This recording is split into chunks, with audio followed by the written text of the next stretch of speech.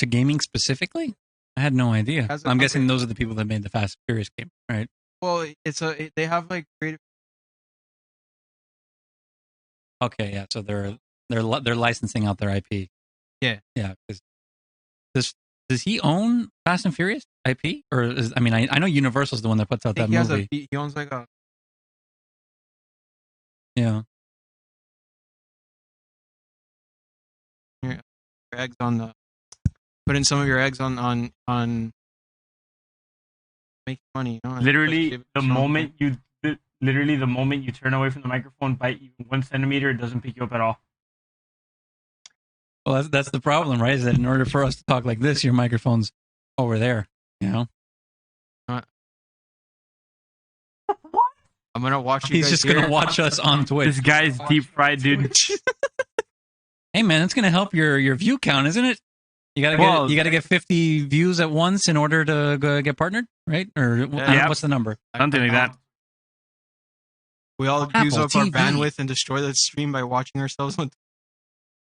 We undo ourselves by watching Twitch and cleaning our bandwidth. Oh my god, that's freaking fantastic! All right, so let's see. We're live already. Live. Yeah, I put the tweet. Can you hear me? I'm just gonna practice doing this. Live. I practice doing this. I'm just gonna hang on. No, for real. That's actually a good way to go about it. Yeah, I'm just gonna hang on to this so that way people can hear me all the time. It's a muscle. Look, like anything else, it's a muscle, right? Because especially when I've had people on my show, it's not exactly second nature for people to just grab the mic and adjust it whenever they're gonna move. I know to do that because I've done, at this point, how many episodes of podcasts have I done? Like 180 or something like that. I mean, I've got an idea for the rhythm of what these shows are supposed to be like, but not everyone is like that. Much like on our first episode, where you spent most of the conversation talking everywhere other than the microphone. All right, but that's okay. Dude. I genuinely thought you set up the mic all the way over here.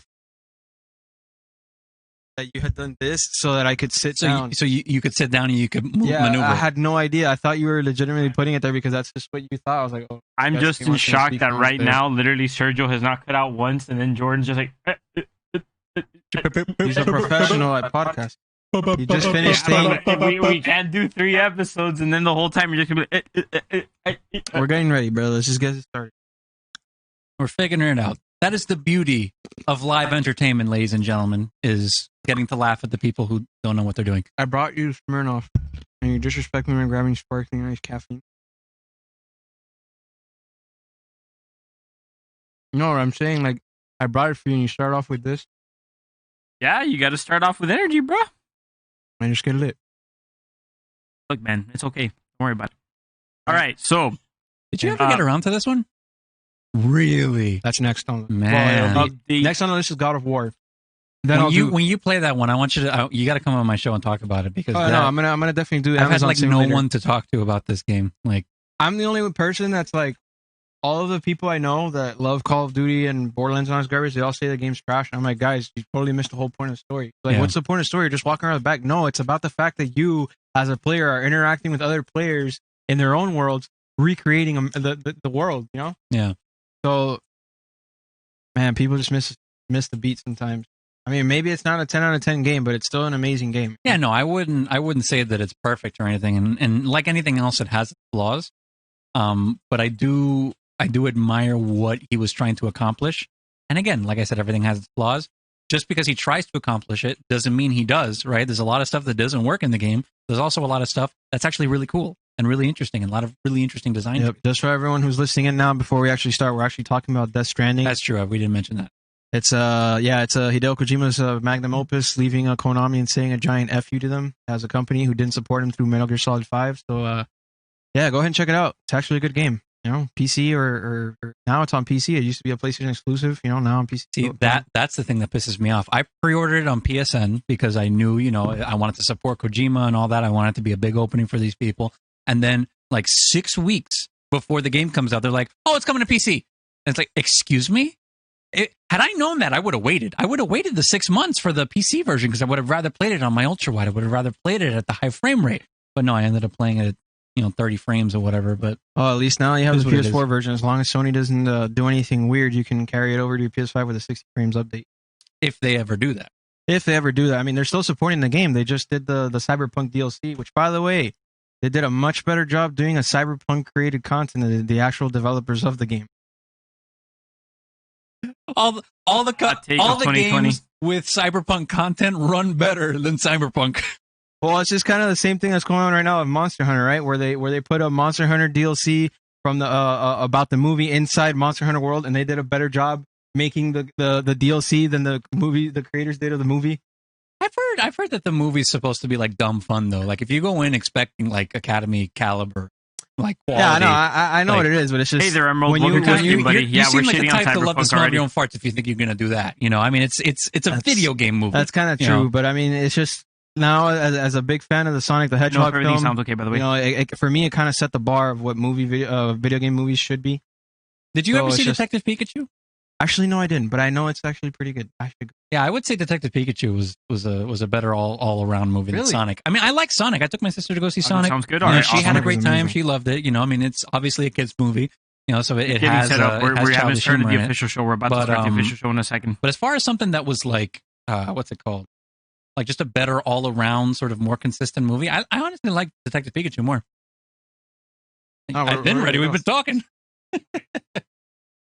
All right, guys. So we're finally here. The end of the year, 2020. In review, we're going to be talking about today. We're the Co-Op Syndicate. I'm your co-host, Michael C. Moore. I'm your other co-host, Jordan G. Marcos. And today, we actually have our first guest, a man who does not need an introduction, but I'm going to introduce him anyways because I'm a big D-bag. We got Sergio Sotolongo here. Sergio, why don't you go ahead and introduce yourself? Hello, guys. Thanks for having me on your show here. I think this is the first time I've ever guested on a podcast, actually. No problem at all, my friend. It's our pleasure bring you on board. We're humbled. We're humbled to have you here, man. Yeah, we're very excited to have you be one of our first guests here. They're going to be a little bit awkward because I don't know. That's true. There's no way for you to talk to me without not talking into the mic. Yeah, look, let me just show you guys the setup that we're basically running here. Oh, yeah, we're going to show you guys the full bootleg setup. Yeah, it's kind of something, a very jerry-rigged, like last-minute thought-up thing that we kind of. Did you upload the picture or something? But, no, or no, are you hold just on, going to show it on cam? No, I'll just hold on. I can show it on camera. I can actually show it on camera. Check this out. So, transition. Whoa. This is what we have going on here. See, I got these guys sitting behind me. So, yeah, I'm gonna be looking at a camera instead of having face-to-face interaction with my guests and stuff. So it's gonna be interesting. It's gonna be an experience. We'll see how we could make it work. I guess that's something I want to put in. You know, this is what stage magic feels like. It looks like we're all webcamming with each other, but we're actually just all in the same room. Sitting right next to each other. Yeah, we're all literally just sitting right next to each other, looking at each other. So it's like the big meme, I suppose. Which actually, that's a good segue. So just to give a little bit of a background here of what we know about Sergio. Sergio's a big film buff. He's also an up-and-coming director, and he has his own little projects, but I'm going to go ahead and let him explain that. Sergio, why don't you tell us a little bit about yourself? Like, what are you all about, man? Yeah, so... what would be the best way to describe it? So I guess, yeah. So I make movies, right? I've made movies on the internet now for a while. Thank you for the follow. But I have, I'm sort of in this transition period, right? Because I started my own show, right? Some of you may have seen Jordan on my show, SR Sotolongo, which you can get on YouTube, youtube.com/Sergio Sotolongo. Right. I didn't mean to, well, I didn't mean to. We gotta know. This is your moment, your episode. So go ahead. So the main thing I'm doing now is the podcast, right? And the way I'm looking at the podcast is it's sort of a way of building my brand as a creative, right? I know I don't know why. Whenever I say building my brand, I feel a little greasy. I feel like a little gross talking about it. But I mean, at the end of the day, it is what we're doing, right? Like just by the same way you guys are doing your stream, the same way you guys are doing your podcast. If you're trying to carve out a little space on your own little corner of the internet, it falls on you to do that sort of stuff, right? So I've got my own show. I have people come on, we chat and all that stuff, and hopefully that's going to sort of lay the foundation for books that I want to put out. Okay. So I'm working on a few books right now. Actually, I finished a first draft of a book that I wrote. I finished it about a month ago. I've been writing it for the last 4 years, really. And we'll see how long it takes for the actual readable version of it to come out. Because right now it's sort of in the Cyberpunk 2077 release state, where it's sort of rough. You can get from beginning to end, but there's clearly a lot of problems, and it still needs a lot of work. Okay, we're bringing in Cyberpunk this eventually we'll get to the point where it's in a position where people can read it, but yeah, so the podcast is sort of to help create some sort of interest in the books. And then like Jordan mentioned, I did have a history making shorts on the internet, short films. But I'm sort of at this spot right now where I've been making movies for a long period of time, and I'm starting to become more business minded, where I want to try to start making money with this stuff. Okay. And to make money with a film, it's next to impossible. Like let me like just to be real here, the reason why Hollywood, they're banking on IP, right? The reason it's got to be based on a comic or a video game or another something else is because they're spending all this money, right? And it's a huge risk for them, right?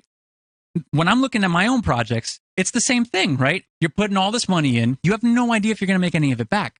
And it's just, I would rather put myself in a position to do stuff that's going to help me make stuff where I don't have to worry about it hitting financially, right. You know, if that makes sense. Okay. So really now it's the show and trying to build that. We kind of start off on a bit of a rant there. No disrespect. I mean, you kind of went from this is who I am to film. Hollywood sucks. It's the man's episode, Jordan. No, I know. It's just too fast. This guy just came in and he was just like, Hollywood sucks. Wait, hold on. Look. Okay. Like I said, this is our first guest episode, so it's gonna be a little patchy in terms of. I'm just trying to loosen up, man. I'm just trying to loosen up. I don't know. Jordan gets nervous. Jokes. You guys know him. You're calling that nerd? All right. Well, whatever. Well, let's get on this real quick. I had a quick question. Hey there, Ben. Thank you for the follow. We really appreciate it. Thank you, man. Thank you for the follow. So, in short, all right, so yeah, SR Sotolongo, he was just kind of talking about us right there. Otis Toast in Twitch chat asked, who is SR Sotolongo? I think he was doing a pretty good job of answering that right now, but essentially, he's a fellow content creator. He's a longtime friend of Jordan's. He's been kind of an acquaintance of mine. We all went to the same high school together, and we all kind of have creative personalities. As he was talking, he's really the film. He's looking into writing books and stuff. So that's kind of what we're making the first maybe hour and a half, 2 hours about, is just asking about him, what he's kind of been up to, and just bringing someone else on board for the show. He's not going to be like at least as of right now, he's not a mainstay. He's kind of his own guy, but we're guesting people. He's already hosted Jordan on his own podcast, which Jordan is was on my first Showtolongo. episode. So yeah, exactly. So he was actually for his first guest on his first episode there. So yeah, we're just going to be asking him some questions about what he's up to and all that, and then we're going to be moving on to other topics later. Thank you guys, by the way, for everyone who's chatting and who's here. Normally we're a lot more interactive with the chat, but for this episode, since at least for the first hour or so that we're hosting Sergio, we're going to be featuring him. It's going to be a lot more focused on the conversation, so that way you guys can find out the most you can about him and what he's up to and stuff like that. So moving on, I'm going to go ahead and see if Sergio either wants to add on to what he was already telling us, or if Jordan would like to pose another question. Well, yeah, that's actually what I was going to lead into. So going back, before we get into the Hollywood stuff, I actually do want to dig into that. I want to dig into you specifically as a film buff. So you mentioned a lot about writing books and a lot of trying to get your work out there in your podcast or whatever means you're trying to do right now. So tell us a bit about that. Like, what kind of positions do you normally take when you go into the production side of it? Because you actually do make your own short films, right? Right. Yeah. Well, of course. Right. So when I'm making my own shorts, it's I am wearing a lot of hats. At least at first, right? That's sort of how you have to start out, right? Where you're operating the camera and you got to explain to the sound guy how to do everything. And I'm wearing like headphones just to make sure that I'm getting good audio while I'm trying to direct someone. And it's, when you do that, you're sort of spreading yourself out pretty thin. So I was explaining this to you earlier, but it's a core tenet of being a good director, at least in my opinion, is finding people that know, the way. Oh, no, hold on. Let me make sure I'm saying this right. Finding people that know their way around the hardware, right? So that you don't have to worry about it. So you can focus on adding the best creative flair that you can without actually having to worry about any of that technical expertise, if that makes any sense. Okay. So I did a lot of that stuff. I made a lot of my own shorts, and then as I was making more, my team sort of grew, and I found my cinematographer, my producer, people that could help me out and make my productions be the best they could be. But I mean, the last film I did was my senior film in college. It was V451, which was a story about an android who gets, she's one of many androids that were made by this, company that makes androids.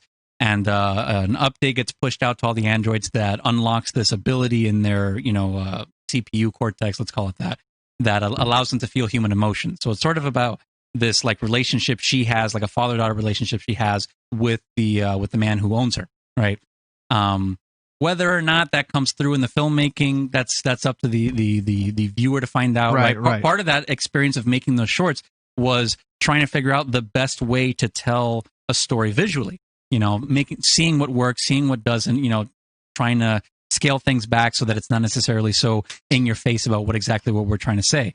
But I mean, I haven't made a whole lot of films in the last few years, and that's honestly because I've just been focusing on the writing. I've been focusing on writing and focusing on writing and focusing on writing, writing scripts to try to make something that I could make on my own. And every time I would get to a finished feature, feature-length screenplay, usually those are, anywhere between 75 to 120 pages. So that's stuff that I would try to make on my own. And every time I would get to the point where it was like, we could just get to casting, there would always be something, right? Always be something where it was like either the money wasn't there or people would drop out or this or that. And I would have to go and scale back to try to make something that I could actually get my hands around. And the one time I finally got a project where I have my team behind me, they're excited. We're hours away from posting casting notices. I've got the money. I've got everything locked down. Locations are good to go. The whole world ended. Literally, the entire... I kid you not. I was hours away from posting casting notices for a film I had intended to shoot earlier this year. And then COVID hits, right? All of a sudden, the venue we're hosting our auditions at, it shuts down. NBA shuts down, MLB shuts down. Everything just starts going down like dominoes. And, back then we thought it was going to be, it was 2 weeks, right? Okay, we'll see what happens in 2 weeks. Yeah. Anyway, long story short, I don't have to explain what happened, but things happen, right? Let's just leave it at that.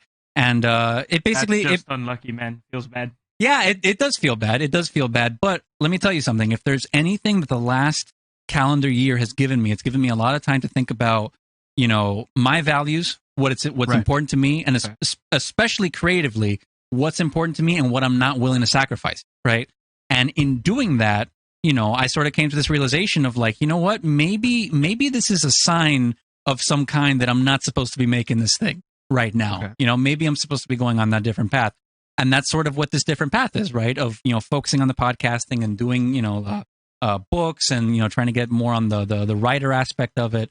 And, maybe trying to do something with that film company and sort of get clients that way. So anyway, that was a very long-winded no, it's fine. It's fine. There, that's actually pretty answers my question. Because that's something that's actually pretty, like, I think pretty cool, or like actually something that's like kind of deep, because I think a lot of us have kind of been feeling that this year in particular, with all of these plans that I'm sure we've all been making for ourselves and all these different expectations that we've probably been setting up for what we were going to do this year. Funnily enough, I was kind of the same way, working full time in a logistics company. I was already kind of thinking about how the future was going to be. And then all of a sudden, when COVID struck, I lost my job too.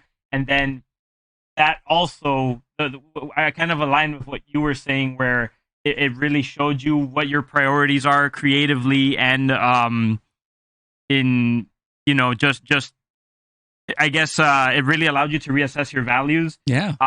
One of the biggest things for me was I noticed I wasn't spending enough time with my family, and I'm a big family guy, so that was a realization that I made. And then also the fact that content creation was something that I really wanted to start focusing on and everything now that COVID hit, so I could kind of relate to what you're saying there too. That was pretty eye-opening. You letting me know that that's kind of influenced I guess that was a part of what's influencing the direction you want to take with your content. Well, it would be hard for it not to influence that direction, right? Because especially before COVID, right? It's so easy to get caught up in the momentum of life, right? Where you're going for the next thing, like you're saying, right? You've got this logistics, you're working at this logistics company, you're thinking about how you're going to build on top of that, and all of a sudden it just gets the rug pulled out from under you, right? And then at least in the States, right, we had a solid period of 3, maybe even 4 months, depending on how seriously you were taking this thing, where you were just forced inside, right? How many times in life do you actually get a period of time where you can sit down for literally weeks, if not months at a time, to really think about what's important to you and what's close to you, And I would hope that most people took advantage of that time to have those questions answered. You know, I mean, I'm gonna cut in right there and just say, Sure. to me, it's just another random day. It's just another random day. Yeah, I mean, all my life is just me gaming in my house, in my four corner bedroom. Gamer life. Just that gamer life, just playing my backlog, my endless backlog, which I'll never catch up. Apparently, endless backlog. Yeah, the return of the endless backlog in 2020 since I gave it up from work. But after all of COVID hit, and not all of us are fortunate to keep our jobs. Many of us had to unfortunate problems, me included, to lose my job. During that time, I was just like, well, I'm just back to my old life, just me and my games and me, So I can't say I necessarily can relate to that question because I've been doing that for years now. So it's like, how people don't have that time. I've had it, forever. So for me, it's just another day. I wake up, play some games, contemplate. Well, there's something oddly comforting about that, right? Where it's like it didn't necessarily, obviously you say you lost your job, right? So I mean, it's not like it didn't affect you at all. No, of course, but it affects everyone. It wasn't nearly as seismic a change as it could have been, So that's I've had some alone me time. So me staring in the mirror wasn't some type of horror story like some other people have, where they're after like 10 days of being at home cooped up, they start going a little cuckoo. Cabin fever. Yeah, a little bit of cabin fever. But for myself, I mean, it's just I was able to pull through. It's just another day for me, and I'm a big guy on meditating and really thinking on things. So for me, it's just natural. I was actually something else that I kind of noticed that Sergio said earlier, and it got me kind of thinking. Obviously, you're still. Well, would you say even though you were, you've like kind of realigned your values and stuff, and you're trying to do the podcast and everything, are there still plans for you in film creation and writing the books and all that, or is that something that you kind of put on the back burner? Well, no, for sure. So ideally, right, and this is like, this is me thinking 20 years out, right? There's even thinking more than 5 years out, there's no way for you to know what the state of the world is going to be, right? So, I mean, it's just sort of like daydreaming, right? But I imagine having like a film company where I'm doing commercials and doing stuff like that. But like, how The Mandalorian is shot? Like, have you guys ever seen like footage of like how the actual show is shot? So a lot of the show is actually done on these huge wraparound screens, right? These huge LED panels, and they have Unreal Engine that's operating in real time, rendering these environments, right? But if you look at like video production hardware, right? At least this is specific to me because I've been I've moved from camera to camera to camera, right? Cameras of that quality that I have right now, 10 years ago, that thing would have cost $12,000, right? Oh, of course. But now it's a fraction of that price, right? Because the technology is easier to replicate, and it's getting smaller, it's getting cheaper, and it's becoming more widely available, right?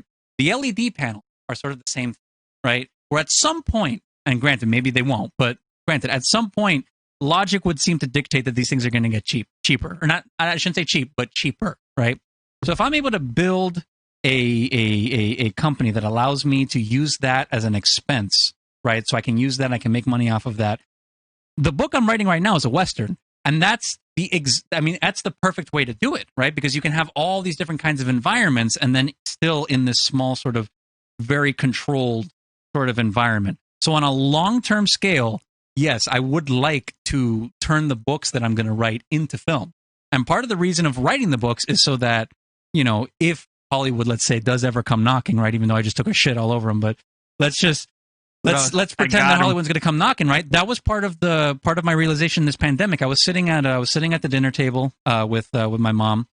My family's off watching TV over here. We have the TV over here. I'm sitting there with her. Oh, ooh. Ripperoni, live my entertainment. Elgato light panel just fell, and it That's turned off for you. And I don't think it disconnected, and the light just went out. So I may have a broken. I don't know how much it cost me. Was it over $100 light? Boy. We'll see if hopefully it's still functional, because that was kind of unfortunate. Just fell. My fat ass just rammed into my desk, and I guess it was kind of loose, and it just. Yikes! I'll let you guys continue your conversation real quick. I'm just gonna casually go check on that real fast. So give me 1 second. Jordan, carry. Okay, so you've been talking a lot about writing, so I want to get into that a bit more, because I myself, just for the people who know, I actually do host the Positive Player, which is my personal blog, where I talk about random things going on in the gaming community, as well as like how I see it taking fruition, whether it's through leaks or rumors, or it's just straight up news, and how I feel about it, right? Mm-hmm. So me as an upcoming writer, trying to eventually write my book, which I have also mentioned to you that I'm considering writing a book. you want to turn it into film because you're just that far ahead. But I want to go back a bit more into the creative process. Like, how would you say, structuring characters would be something important to you? I know that I've mentioned to you, I actually wrote an article where some games have completely foregone character development. Sure. And you've mentioned to me it was actually difficult. So I want you to elaborate on that now. Like, why is it so difficult to create characterization, characteristics in a character? Well, why is it difficult? I mean, you got to write your story, right? Your story's no, about... of course. This isn't Space Odyssey 2001. I think it's... Man, what is my philosophy on character creation? I think really what it comes down to is making sure that these characters feel real, right? And that's sort of a cop-out, but I'll explain what I mean, Right. An easy way to do that at first, right? When you're first figuring out how to try to develop characters is to try to write characters based on people that you already know well, right? So people that are in your close friend group, people in your family, right? This is a creative exercise. Just trying to design characters that feel like those characters, right? And that'll help them feel more real to you. But I think really what it comes down to making a character feel real is understanding that, people aren't, they're not paragons of good. They're not mustache twirling, balls of evil, right? People are complicated, right? There's a little bit from column A, a little bit from column B. Everything mixes together, right? So making a compelling character is just it's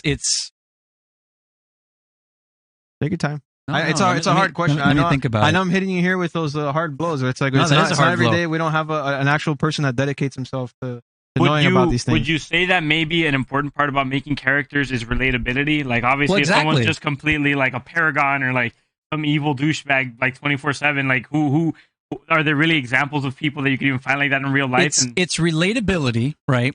But just because it's you don't want to like lean on relatability too hard to the point where it's like, oh yeah, this is I know this guy. So, or actually no, that's not the way of saying. Let me give you an example. Tony Soprano, right? I don't know if you guys have ever watched The Sopranos, right? He may not be the most relatable guy, right? Because we're not in the mafia, we don't kill people, we don't deal in organized crime or any of that stuff, right? But just to say I don't. That's true. That's true. No, we don't know. I did not. I'm making assumptions, right? I mean, for all we know, he is the family guy here. He's practically Peter Griffin. So who knows if he has those one-off, like, what are those episodes where he fights the rooster and whatnot? We don't know what Mike does on his private life. Oh, my man's is roasting me over here. Sorry to interrupt. Continue. Go ahead, Sergio. So, but anyway, so Tony Soprano, typically in most stories would be a villain type character, right? But he's the hero of his story. But what makes him relatable is that he's a family man, right? He cares about his family, he cares about the people close to him, and he'll do anything to protect them, right? So that's where the relatability aspect of it comes in from, where that makes him a human being, and all the stuff that he does that makes him a monster to the rest of us, yeah, that's part of his personality, but we latch on to the part of him that's still human and still cares about the people close to him and making sure that they're okay. So that's sort of one example. And you can sort of go back, and I know this is sort of another anti-hero example, right? But Walter White is the exact same thing, right? Breaking Bad, where he starts out, with a noble cause, right? He thinks he's going to die, so he wants to leave money for his family, so he starts selling drugs so that he can leave money for his family after he dies from cancer. And then eventually the whole show is about the corrosion of that, right? Where maybe it starts out noble, but then it turns into something else entirely. And then by the end of that show, I mean, spoilers I'm not going to spoil the whole thing, but, just there's this one scene toward the end of the show where everything sort of comes to a head, right? Where it's sort of like his family sort of gets this idea of the kind of person that he is. And it's sort of, at least emotionally for me, the moment that the show has been building towards, because he's yelling, right? He's yelling, "We're a family," He's got a knife in one hand, but the rest of his family, his son is protecting his mom. The baby's crying. I mean, it's horrifying, right, to see how far this guy has fallen. But he feels real, right, because he's again latched onto the family. So I know this is going to make it sound like I say that family is the main thing you need for a character to feel real, right? But it's about finding something in you, right, that you can necessarily put onto that character, whether that be family values or whether that be an interest in something else, or that. I mean, yeah, it's just about making them feel real. I mean, I hate falling on the platitudes like that. I think what I want to quote here a little bit, or at least call on, is I don't know if you've ever seen what's that show? Oh, Westworld. Westworld, right? Yes. Otis Toast from Twitch from the Twitch chat actually said that he was with the examples that Sergio was drawing out, he was thinking or relating that a little bit to Anakin Skywalker, I guess, That's just like another example of like the tragedy. Exactly, like sure. The protagonist of a tragedy or whatever. And then Lime Lions just said, "Yo, what's poppin'? Hey there, Limes. Welcome to the stream." What's up, man? What's up? So, Jordan, what were you saying about Westworld? So I want to call on Westworld real quick because I remember one of the main characters, and it's a little bit of spoiler, but it has nothing to do with a big scene. It's just him explaining how they were able to get the AI in the game world to actually feel real. And he says one of the cornerstones that makes humans humans is actually despair. The fact that they have pain and they can show, like many people seem to characterize characters in a way where they're just one-sided, in the sense that they're either happy, sad, or whatever, but they don't get the bare minimum of what a human is, which is like feeling despair, distraught, like feeling pain. And then that's how they were able to create a character seems so lifeless. And I wanted to know if this kind of relates to what you're saying, where it's like, Walter White started off as noble, but like his fear of losing his family and him trying to say, we are family. That's what makes him feel so relatable, is that he's doing something that, despite the fact he's going off on an adventure that many people won't, what brings him back is the fact that he's doing something that everyone would do, which is try to build for their family. Right, try to do something for the family. Well, I think what you're mentioning with Westworld, right, when they're talking about like the pain and the despair, and that's something that grounds these characters. There's sort of an idea in developing fiction, it's sort of the character's wound, right? Right. Something that happened in the character's past that is creating this character flaw that ideally that the course of the story, the arc that they're going to go on, is going to help them overcome, right? Right. So what would be a good example of a wound and a character flaw? Every action movie ever made. Okay, well look, Die Hard. Die Hard's a great example, right? So Die Hard. So John McClane, right? He's having this problem with his wife, right? Where they're sort of in separation, where she's sort of doing her business thing, and he's a cop over in New York. He comes over to Nakatomi Plaza, Christmas and all that stuff. But you have the action movie aspect of it, right? Where he's crawling through the building and blowing stuff up, and all that stuff's fun. But the core emotional thing there is that he's come back here because he's trying to save that marriage, right? Right. He wants to fix his marriage. He wants to fix his family, but he can't necessarily get over the idea of what would be the right way of describing it, of his wife being her own person, if that makes sense. Right. Like I'm not trying to say that. I mean, hold on. What? It's just the way it was written. It's the way it was please written. Don't take the kids. That's how it's perceived. It comes down to the moment of at the beginning of the movie when he arrives. Right. He's checking into the party. And he mentions his wife's name, but she's not using his last name anymore, which she changed her name to when they were married. She's using her maiden name, right? And that's sort of a little character moment right there, right? Because it's sort of showing the separation that's taking place, but it's also showing that the way he feels about it. And that's the important thing here, is how he feels about it. At the end of the day, all these stories, we're following a character, right? Sometimes we're following a team of characters, but generally we're following one character. And the reason we're picking up this content, whether it's a book, whether it's a movie, whether it's a video game, right, is because we're trying to generate emotions inside of ourselves, right? Whatever movie you're going to, the reason you go see a comedy is because you want to laugh. The reason you go see a horror movie is because you want to get scared, right? Okay. So when you're telling one of these stories, you have to keep in mind how the audience is feeling, right? And one way of doing that, or at least the way that I like to go about it, is imagining, or not imagine. What would be the right way? You want to try to get the audience to feel what the character is feeling, right? And part of that is making sure they have enough context, right, of what exactly is going down in the John McClane example, right? He's got this marriage that's on the rocks that he's trying to fix, right? And that sort of gives it the narrative propulsion of him trying to save his wife so he can, in a larger way, save his marriage, right? I'm sorry, I lost my train of thought. Good man, no worries. It's a long topic. So you want to try to get people to feel what these characters are feeling and take them on that journey. Context. Thank God. What was the other thing? It's fine, man. Well, the whole thing that we were, I think the main topic that we were on is basically how you how you develop a character properly, and we started off with speaking on relatability, and we kind of jumped to how it's not just relatability. It's kind of like maybe you give them a touch of relatability, but then something that makes it a bit more like interesting. I don't know if that's Jurassic Park. Both of you seen Jurassic Park, right? Of course. Okay, so at the beginning of the movie, what's his name? Sam Neill's character, I forget his name. Alan Grant, right? Alan Grant and Laura Dern's character, Ellie Sattler, right?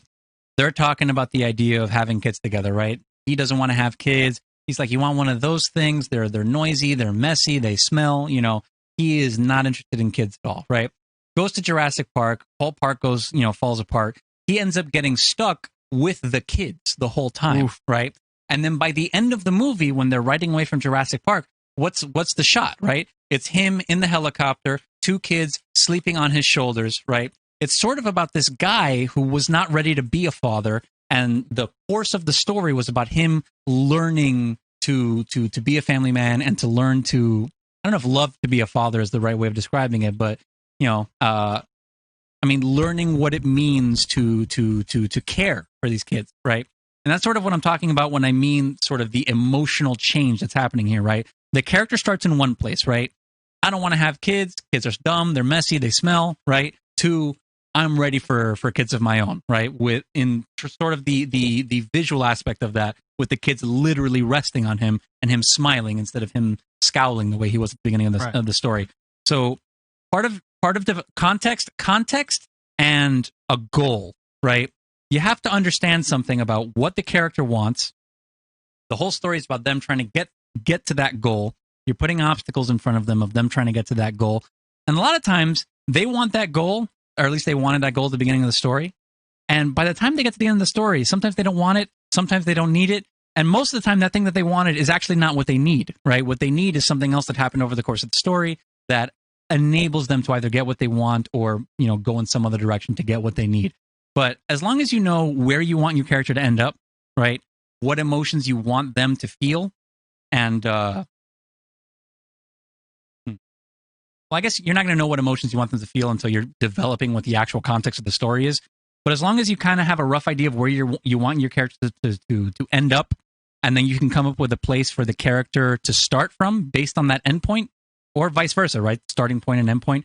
Once you figure out those 2 points for your story, you can start working your way toward the middle, right? Where you start coming up with different ways that they can show off character traits, different story beats that'll work against their character flaw, obstacles in their path to get that thing that they want. And that's where you're going to be developing that character, is in their actions, in the way they take, in the decisions they make over the course of their story. Basically, it's like, it's not something that you necessarily do straight from the start. Like, you kind of get a rough idea, and then you find it in the process, right? It's George Lucas didn't have Star Wars on day one, right? Like it starts with the crawl, and it goes from there, right? But any idea. Everyone's a little different, right? Sometimes some people, some of these savants can sit down and write 45, 50 pages in an hour, and it's gold. I'm not one of those guys. I'm not crazy, right? So for at least for me, when I'm exploring a character and exploring an idea, a lot of times it's I'm not even trying to think of the idea. It's like sometimes I'm stuck in traffic and something hits me. Or I'm in the shower and something hits me, right? And it's just a little piece, right? It's a little window into this different world, whether that be, a galaxy far, far away, or, the Pine Barrens in New Jersey, right? Wherever it is, it's that little window, right? But once you have that piece, David Lynch describes it this way. It's sort of like building a puzzle, right? Where you'll get up one puzzle piece at a time. Sometimes you get, 2 or 3. There'll be days where you get none, right? And sometimes you get a puzzle piece that's not even for this puzzle, right? You got to go put that aside to, for some other puzzle. But eventually, once you start putting all these pieces together, you'll get a more complete picture, right? But that's part of the creative process, is just learning, or not necessarily learning, but willing to be patient enough to allow inspiration to take place. Because you can't force inspiration. I wasted a year of my life trying to force inspiration. I'm telling you right now, it doesn't work. Go live your life. Go talk to the people you're going to talk to. Go do the things you're going to go do.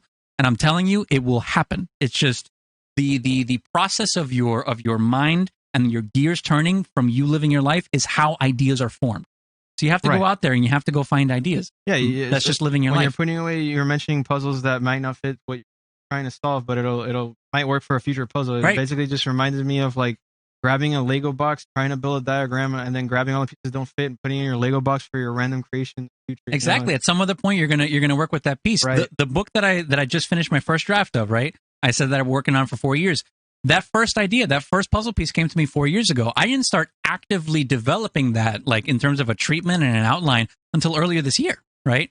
So, there were little pieces that I would add here and there over the years, right? Oh, a scene here, a scene there. Oh, I kind of want this. I have this idea for the villain. But in terms of actually taking the time of, like I said, where I have an idea of the end point and the start point and working my way to the middle, that took place over the last 9 months. So I mean, oh yeah, I mean, you also mentioned you have more time now to sit down and be able sure, to yeah, think on especially with the pandemic. Yeah, you don't have as much of a hectic schedule to kind of keep you away from putting all these pieces together.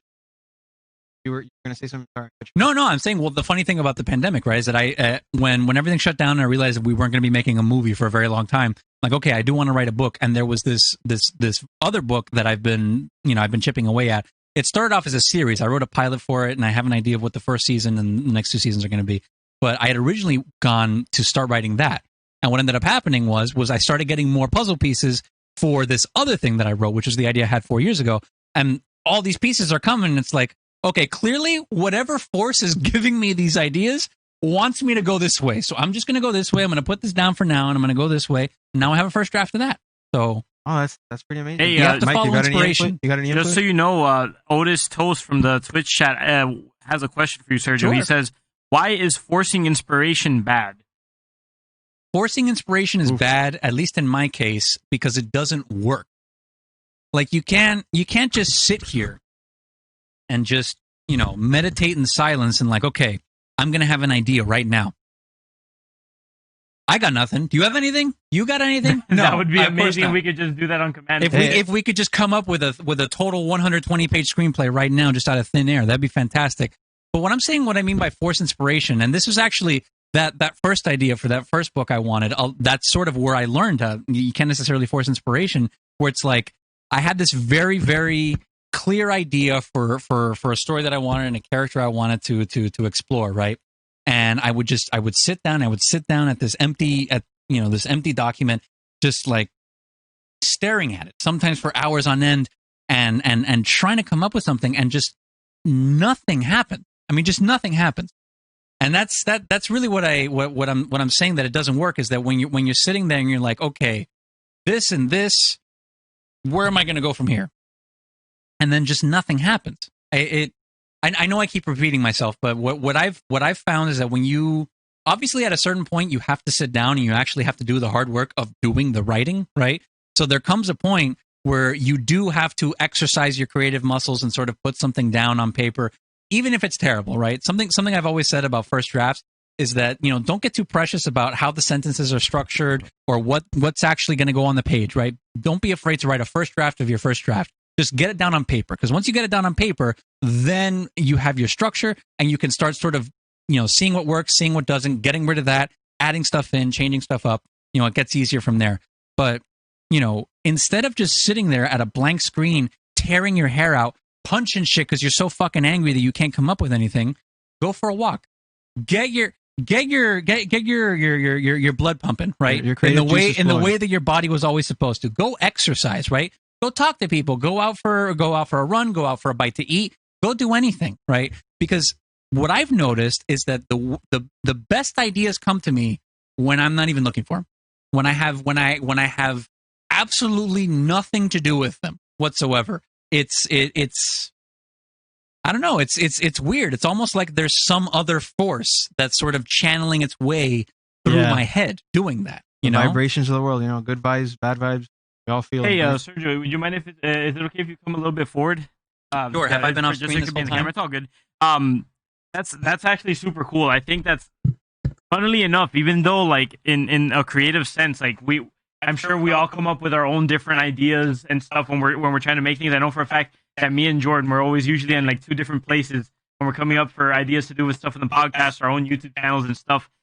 But hilariously, it's almost like there's almost like some sort of a basic, just shared, I don't know how to say it, like a human, like a process that humans have to go through to kind of reach a proper place to be creative. Yeah. Because going for walks is just something that's helped us already. Funnily enough, you shared that's helped you. Talking to people, some of my best ideas have come talking to my girlfriend, talking to some of my family members. So it's just weird that even though we all like see ideas in a different way, or we all kind of get different ideas, we it seems like people tend to actually get into like that flow state of creativity almost in similar ways. I don't know, I just thought that was kind of interesting. Yeah. I mean, well, the reason I mentioned like walks and sort of exercise specifically is just like, you have to understand, right? I mean, we come from the trees, right? We come from the jungle. Like we were animals that were designed to be out and sort of engaged in physical activity. And part of making sure that your brain is functioning, at least in as best to the capacity that you can have it functioning, is engaging in content like that, right? But I've gotten some of my best ideas when I'm on a bike ride. When I have music. That's another thing that's actually helped me with creativity as well, is finding music that has the same feeling as whatever it is you're trying to accomplish in whatever scene it may be or whatever the character is, right? Finding music and building a playlist so that when you necessarily aren't inspired and maybe you're trying to spark inspiration, right? Like, I feel like it took a long time for me to actually answer the question. The reason why forcing inspiration is bad is because it inspires nothing but frustration, which is not necessarily conducive to creating something that's worthwhile, at least in my opinion. But if you're trying to be trying to I guess will the universe to give you ideas for the thing you're trying to create, something I've noticed that works for me specifically is building a playlist of different songs that are related to the topic, or at least the feeling, rather, not necessarily the topic, but related to the feelings I'm trying to evoke, and then listening to that. A lot of times I'll listen to that in the car, I'll listen to it in the shower, I'll listen to it while I'm exercising, and ideas will pop up that way. I just wanted to say, because you keep saying, inspiration is hard to be given or to receive. But I mean, I'm going to be honest with you, a lot of, and this is just me being a big corpo hating person, but corporations go like, give me an inspiration or you're fired. I mean, it's the classic way of inspiring somebody is like, give me this, you're no paycheck. Sure, right. I mean, but that's one way of doing it, right? That's why it is bad, though. I guess I gotta say, though, is bad. I think that also kind of lends itself to what Sergio was saying before, where you can't really force inspiration, because in my personal experience, like working in different corporations and stuff, I'm not gonna lie, like all that forced inspiration stuff where they're just trying to find like ideas or inspiration where there naturally might not be any. To me, it just ends up making kind of horse shit. I'm not gonna lie. Like every single time, like I don't know. I'm trying, man. I'm trying. It's hard out here. I like this microphone doesn't have the it won't let me situate it. You know what? Let me try something. Hold on, guys. Let me just pose what I was gonna say, and then I'll try to fix this whole mess I got going on here. So to lend itself to what Sergio was saying, I noticed a lot of the times where corporations are like. They're trying to force some maybe crappy program that they just released, something that isn't working. They'll try to blame it a lot of the times on how the employees are executing it or whatever, saying that, oh, you guys are, obviously the solution we're trying to provide is a perfect one. You guys just need to get innovative on how you're trying to sell it or pitch it to customers or whatever. Do it or you guys won't have a job. Most of the time, it ends up just being a shit show. Maybe people lose their jobs for no reason. And then they realize that they were the ones who actually have to go back to the drawing board. So I think that's just evidence that really does show that trying to force that stuff really doesn't work. Yeah, no, that to me, that just sounds like a failure of leadership, really. Because, I mean, at the end of the day, it falls upon, and this sort of goes back to my film thing, right? Where, the only way I'm going to get people to show up to a set where I'm not going to pay them and they're going to be there for 12 hours a day, moving lights around and standing in front of these hot lights and saying these words that I wrote down on a piece of paper, 9, 10, sometimes 27 times, right? Is you have to be able to inspire them about what exactly you're trying to accomplish, right? And whether it's in the corporate sphere, whether it's in the creative sphere, right? If you have a vision, right, you have to make sure that you have, you have to make sure that you have a clear idea of what that vision is. Oh yeah, thank you to the pit crew over here. Yeah, we are. Thank you so much. Our jerry-rigged. We're currently suffering the consequences of trying to film the podcast in a very pit crew, very poorly put together space. But we're having some fun doing it. So pit crew. I'm sorry, man. What were you saying? You have to be able to inspire your crew with the same vision that inspired you, right? If you're crazy about the idea, you have to find a way to convey that to other people in a way that they're excited as much as you are. Okay. And that's the only way that you're going to be able to, because you're not forcing inspiration that way. You're actually inspiring them. You're inspiring them through motivation. You're trying to motivate them to get inspired in their own way about what you're trying to. Well, part of it is understanding what's in it for them, right? I mean, that's the thing, is that when you're dealing with other people, right? It's not all about, it's not all about me, right? I mean, I may have named the show after myself and be your friendly neighborhood egomaniac, but it really is not all about me in when it comes to a creative pursuit, right? You have to understand, what does this actor need out of this situation, right? What is my cinematographer going to gain out of working on my project, right? Right. And you have to find a way to make that compelling enough to make them want to say, yes, I want to go do this idea. And it's, it doesn't have to be just creative, right? It falls in the corporate sphere too, where you have to make these people understand, what is the value of whatever this program is to me, right? And how do I present that value to the customer? And a lot of times, most people just aren't very good at explaining that. So, whatever. That's sort of the end of that, really. All right. We actually got Otis here on our Twitch chat. He's actually asking you, if you can give him maybe like 1 or 2 names of the movies that you've actually made. Or if you want to plug in your YouTube straight away and just. I don't want to condemn any of you to watch my shorts. I mean, a lot of these short films I did, they were films I did in high school. You can actually find quite a few of them on my YouTube channel or my website, really. So my website is probably the best place to find all this stuff. Is sotofilmworks.com, SOTOFILMWORKS.com. That's where I do most of my film work. What a client work, and then my creative stuff as well. So I have a few films on there. Walking Distance, Behind the Rock is probably the one that's worth watching. Of all the films I've done, that's the one that's probably the most entertaining for sure. I'm sorry, I forgot what the question was. Some films I had done. Names. Right, so they were films that I had done in high school. So it was sort of me learning how to make stuff. Right, so a lot of it's not very good, and that's not me saying that like, looking for sympathy or stuff like that. It's not good, right? But it's because I was learning, right? There are parts of those films that I appreciate. There are parts of those films that I think are good.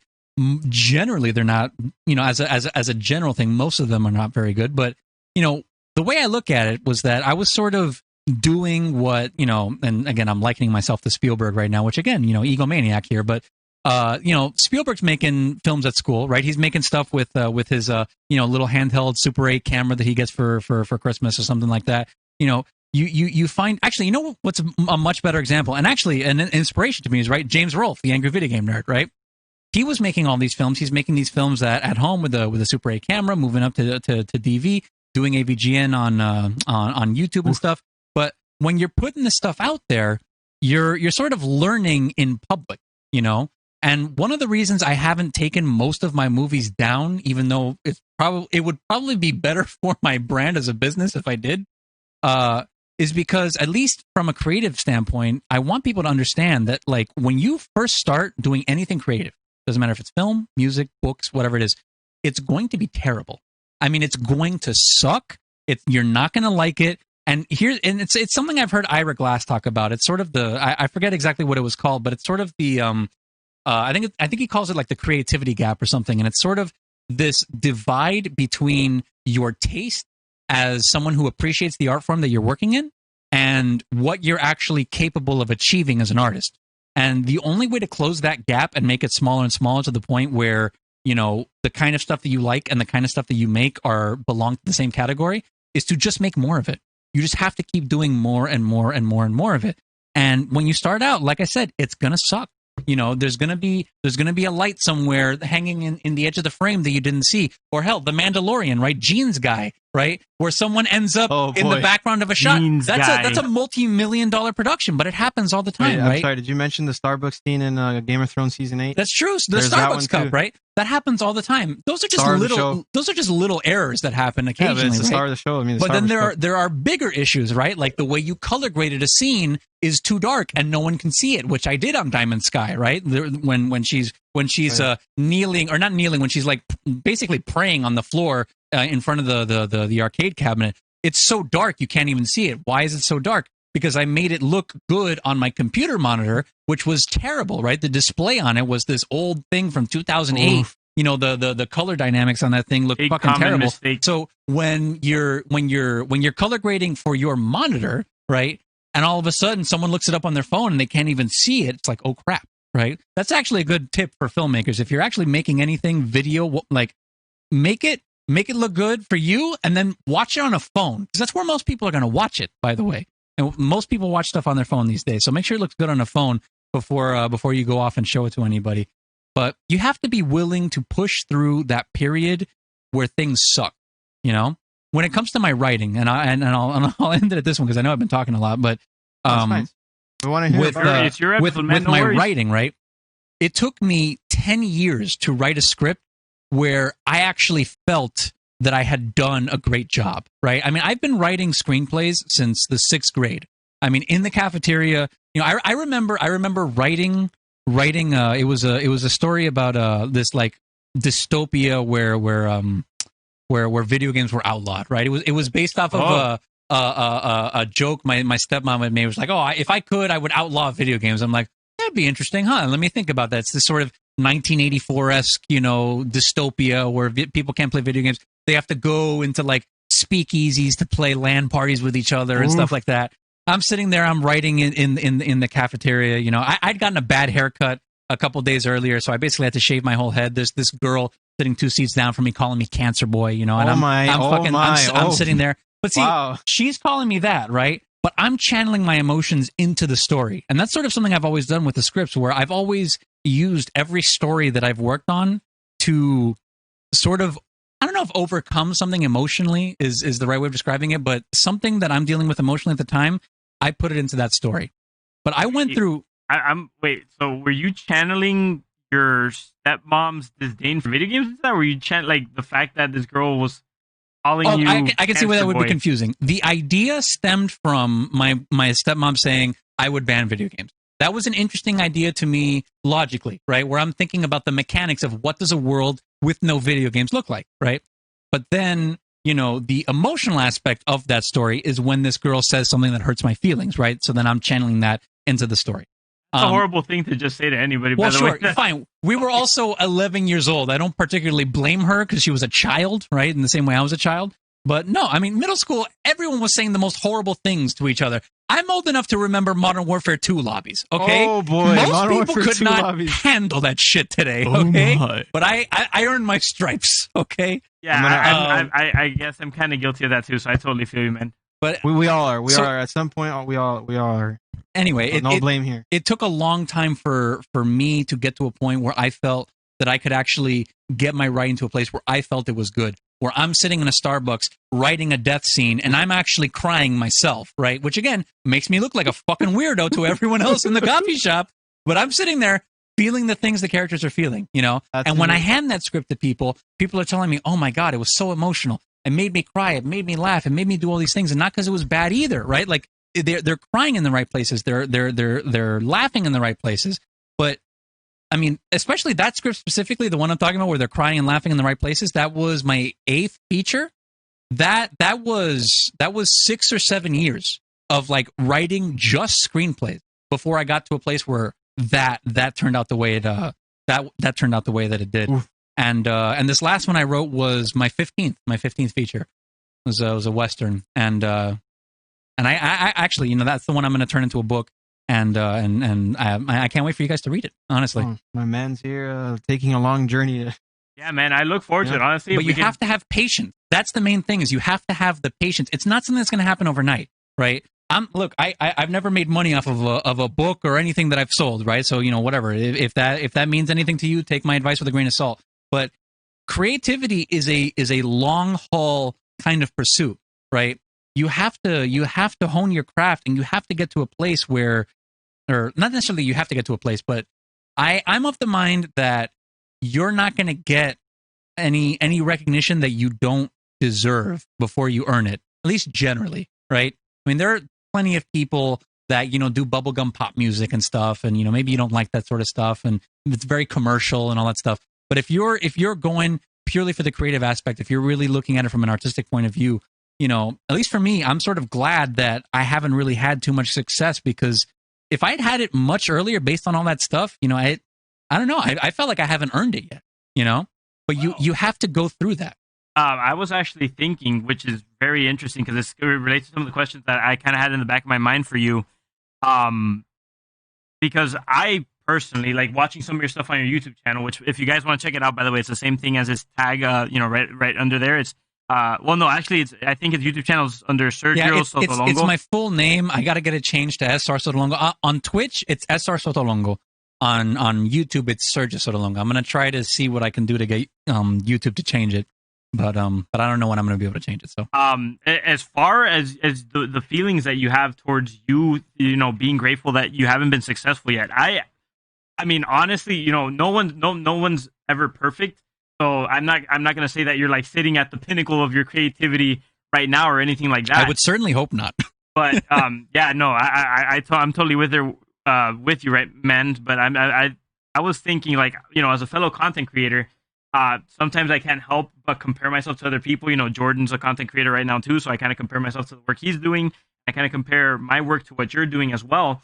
And I personally feel that on a creative level, you're like you're over here, and I'm like over here. You know what I mean? Like you're.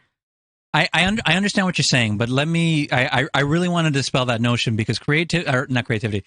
Comparison is the thief of joy, right? Something that really bugged me early on when I was doing my creativity stuff or content creation, and a big reason why I actually stopped doing the essays entirely was because I was comparing myself to other people on YouTube that were doing the same thing, right? There was this period of my life where when I was working on my films, the only thing I saw when I watched a trailer for a film were the blurbs in between shots where it was like, oh, it's this movie meets that movie in space, right? Or oh, the best things in sliced bread, right? All the review portions, right? That was the stuff I was looking at. I was looking at the recognition, right? And when it came to the YouTube stuff, the stuff I was looking at when I was looking at other YouTubers was like, oh, they have this many subscribers, they've been on YouTube for this long, they did it over this period of time, you know, like just sort of looking at it in this like very cold, clinical, like, why do they have something that I should have? And honest to God, man, don't bother comparing yourself to other people, right? Like, if you have something that you want to do creatively, whatever it is, right? Obviously, in terms of the technical aspect of it, you definitely want to be, you know, you want to have an ear, you want to have your thumb on the pulse of the way things are supposed to be done, right? And it's something that you have with your show, right? The way your show is lit, the way you're running OBS and all this stuff. I mean, it's professional, right? I was watching some of your YouTube stuff to be able to get my stream when I tried to start streaming, just to get to that point, because you can always be learning, right? And that's a good way to compare yourself, right? Is what are they doing that I can do to make my stuff better, right? But if you get trapped in this hole where, like I did, where it's like comparing yourself to, oh, he has this many subs, this video got that many views, you know. How am I going to get to that point? You know, why don't I have that many views? Don't bother with that shit. Well, no. Just make your own stuff. But that's what actually I was trying to refer to. Where I don't really compare. Like I don't care about. I mean, subs and stuff. Like it has a certain merit to it, but it really doesn't at the same time, because you know the analytics of like trying to be a content creator and all that. It's just kind of wild. Like there's so many moving like factors and variables and all that. I personally don't bother with that sort of stuff, because someone could have, let's say, 1 million subs, but in terms of being like relevant or whatever, it might not be going so well for them because you know, their views might be down or whatever. But that's not what I was actually referring to. I was saying more in the sense of like how can I kind of put this? So like in the way that I compare myself is more in the light that you were presenting it, where you kind of see what someone else is doing, and then maybe you think to yourself like, oh, you know, they did that really well. I wonder if that's maybe an element that I should consider incorporating for my videos or something that I want to do. And that's what I meant was really like, I guess where I see that your content creation is of a higher grade than mine is just in how you write it. I personally really like how you write out your videos. You know, you kind of make it feel very like neatly structured, where I'm kind of more like I'm winging it, you know. And when I rewatch some of my videos afterwards, I think that kind of comes out. Like I noticed, like, oh darn, like I could have really like structured that a little bit better, you know. Like I was kind of all over the place and stuff like that. But the whole reason why I even brought the conversation to this point was because I noticed earlier you kind of almost did. It's not self-deprecating, but you were almost thinking like, oh, you know, I haven't made a cent off of, you know, what you've been working on yet. So, you know, if that's going to mean something to you or not, like if that's important or not. I was going to say, well, hold on. I think your advice actually holds a lot of weight because of the fact that I see you've advanced your skill set creatively, at least at what you're good at, and you're still improving on so far. But maybe, you know, I see that my videos are lacking of a certain element or a certain quality that you have, and I've managed to monetize it, but that's just because I've spent a lot of time just looking at like the business side of things or how to run social media and stuff like that, which are two completely separate elements, by the way. For sure. That's something I have not put a whole lot of stock into is looking at the social media aspect of it and really treating it like a business, which is why I was mentioning earlier that I want to try to get into actual video production work where I'm making stuff for clients and building a brand online with that business. Because when I was doing that creative stuff, a lot of it was, okay, I'm just going to make this stuff and people are going to come, and if you built it, they will come, and we're going to have a huge audience. The whole reason I had started my first podcast was I had written a script that, have you guys ever seen Clerks? This is an old Kevin Smith movie from the 90s. You actually, I think I watched it with you. Yeah, so it's basically a movie. It's a day in the life of these two convenience store clerks, right? Where they're dealing with customers and all that stuff. It was a very popular movie in the 90s because it was a very small, very independent movie. So I'd basically written a ripoff of Clerks set in a GameStop. And the whole point of doing the podcast was to build an audience that would be receptive to that kind of movie and then crowdfund it based off of that audience, right? So we would grow it to a certain number of subscribers, and then, we would launch a Kickstarter to make that movie, and then, we could depend on a certain percentage of those subscribers in order to do that, right?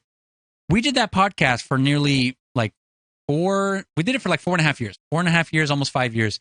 And we got to 600 subs before, and granted, we had a falling out, and, I will say it was a decision I made, and I'm not proud of the decision I made, but I mean, that's where I'm going to leave it. But just to recap on the Kickstarter thing, you were basically going to come fury it, right? Like, you're just going to grab a whole bunch of supporters. That was the plan, right? But that didn't happen, right? I had sort of set a timeline of how I wanted these things to happen, and sort of I had these mile markers for what I thought success was, and we didn't hit any of them. And when we didn't hit any of them, it became very easy for me to become dissuaded.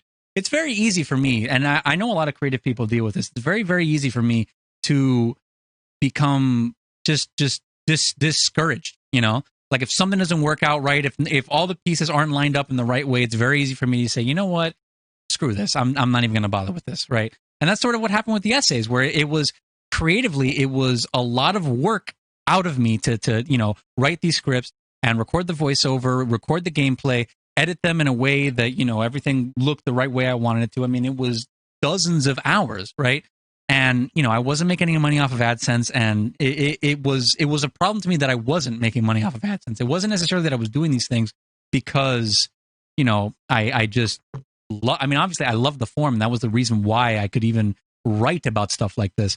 But it was just, my heart was in the wrong place with it, I wanted something else out of it. I wanted success, and I wanted all that, and it was, that's the killer when it comes to creativity. If you're getting in this and it's like, oh yeah, I'm gonna be, the next, no sé qué, whatever, just, big deal. I'm telling you, man, it's life's gonna hit you a lot harder than you think it's going to if that's your goal. So I mean, if you're really gonna go creative, you got to make sure that you love whatever it is that you're trying to be creative with, whether it's streaming, whether it's writing, whatever it is. Do it for the sake of doing it, and I feel that the universe will reward you in its own way. It might take a very long time, but I do tend to think that if you put in enough time, it will eventually, you'll be able to reap rewards off of that. Well, going off of that, I do have one last question on the process of creativity, and this one's a bit more specific, but maybe since you're so knowledgeable, maybe you can turn into another 10-minute segment here. But sure. Just real quick. Going back on the creating obstacles during the creation of characters and making them relatable and believable. Mm-hmm. How far do you go with obstacles before it starts to feel like a filler? And with this, I mean, how far do you go before you get that one episode in Breaking Bad where he's literally just trying to smack down a fly? Now, granted, that's actually one of my favorite episodes. That's one of my favorite episodes too. It shows him deteriorating as a person, just going nuts. But I'm just saying, in other movies and shows and games, the filler isn't there, especially in anime when they go off on their 10-episode arc of trying to grab ramen or whatever it is. Mm-hmm. So I'm just asking you, how do you go about that, creating these obstacles to the point where it doesn't go so far into filler territory? Well, if it's all right with you, I just want to give my quick thought on that, because I thought that was actually pretty interesting. And I'm sorry, I don't know. No. I feel bad for cutting for the Sergio. It's your show, bro. Don't worry about it. That's a good one. That one actually called me to answer it a little bit more too.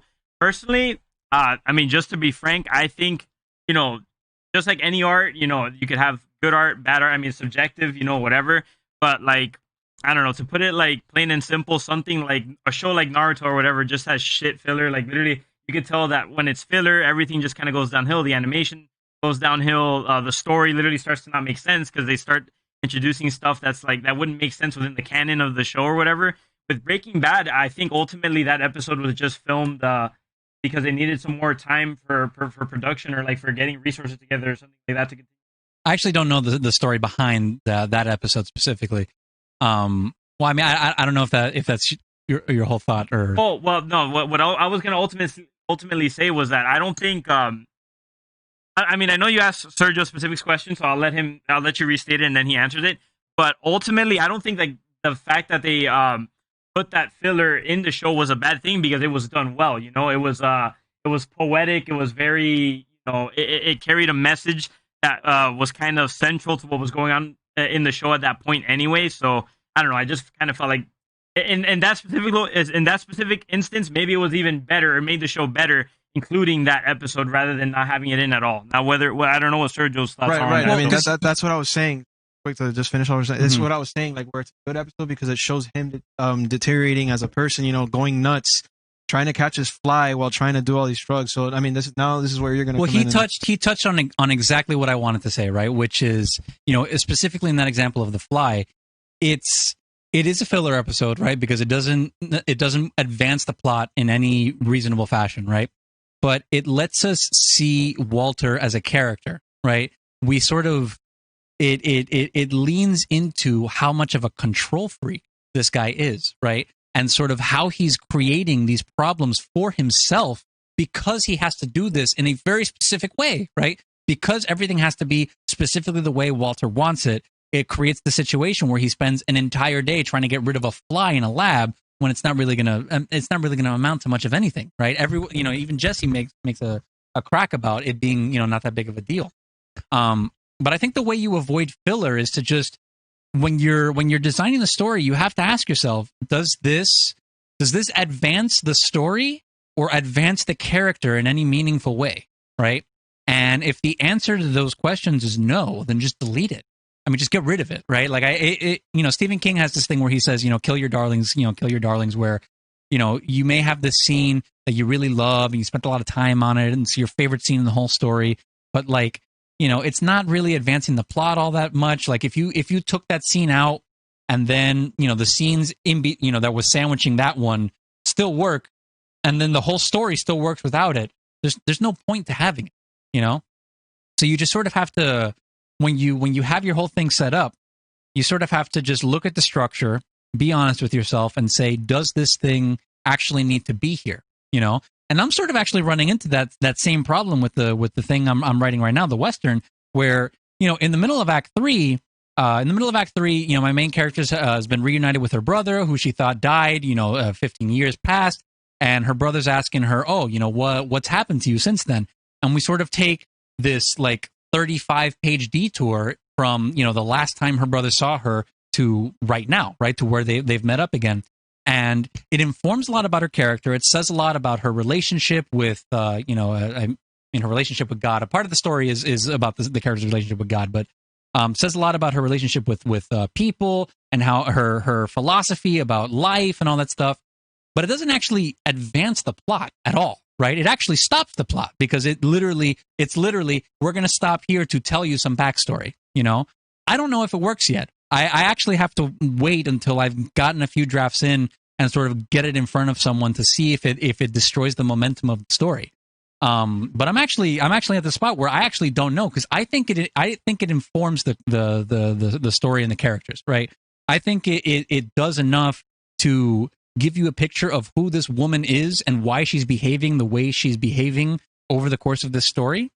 But it's totally possible that when I get that in front of an editor, they might say, hey, this isn't really doing anything, And if I hear that from multiple places, maybe I'll get rid of it. I don't know if I'm going to get rid of it yet, but it's possible.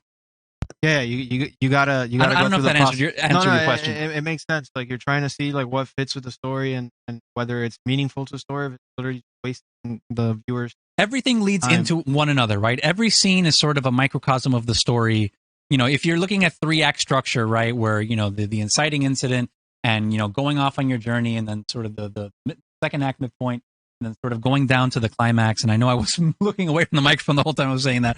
But if you're looking at the arc, right, and that's sort of the whole story, every little scene is sort of its own version of an arc, where there's sort of an inciting incident of, what exactly is happening in this scene, what exactly are the characters trying to accomplish in this scene, what does one character want from the other, why does the other one, why is the other one stopping them from getting that, and then, who's going to end up getting it, right? Is one character going to win, which one's it going to be, and how does that affect them, and then how does that change the next scene, right?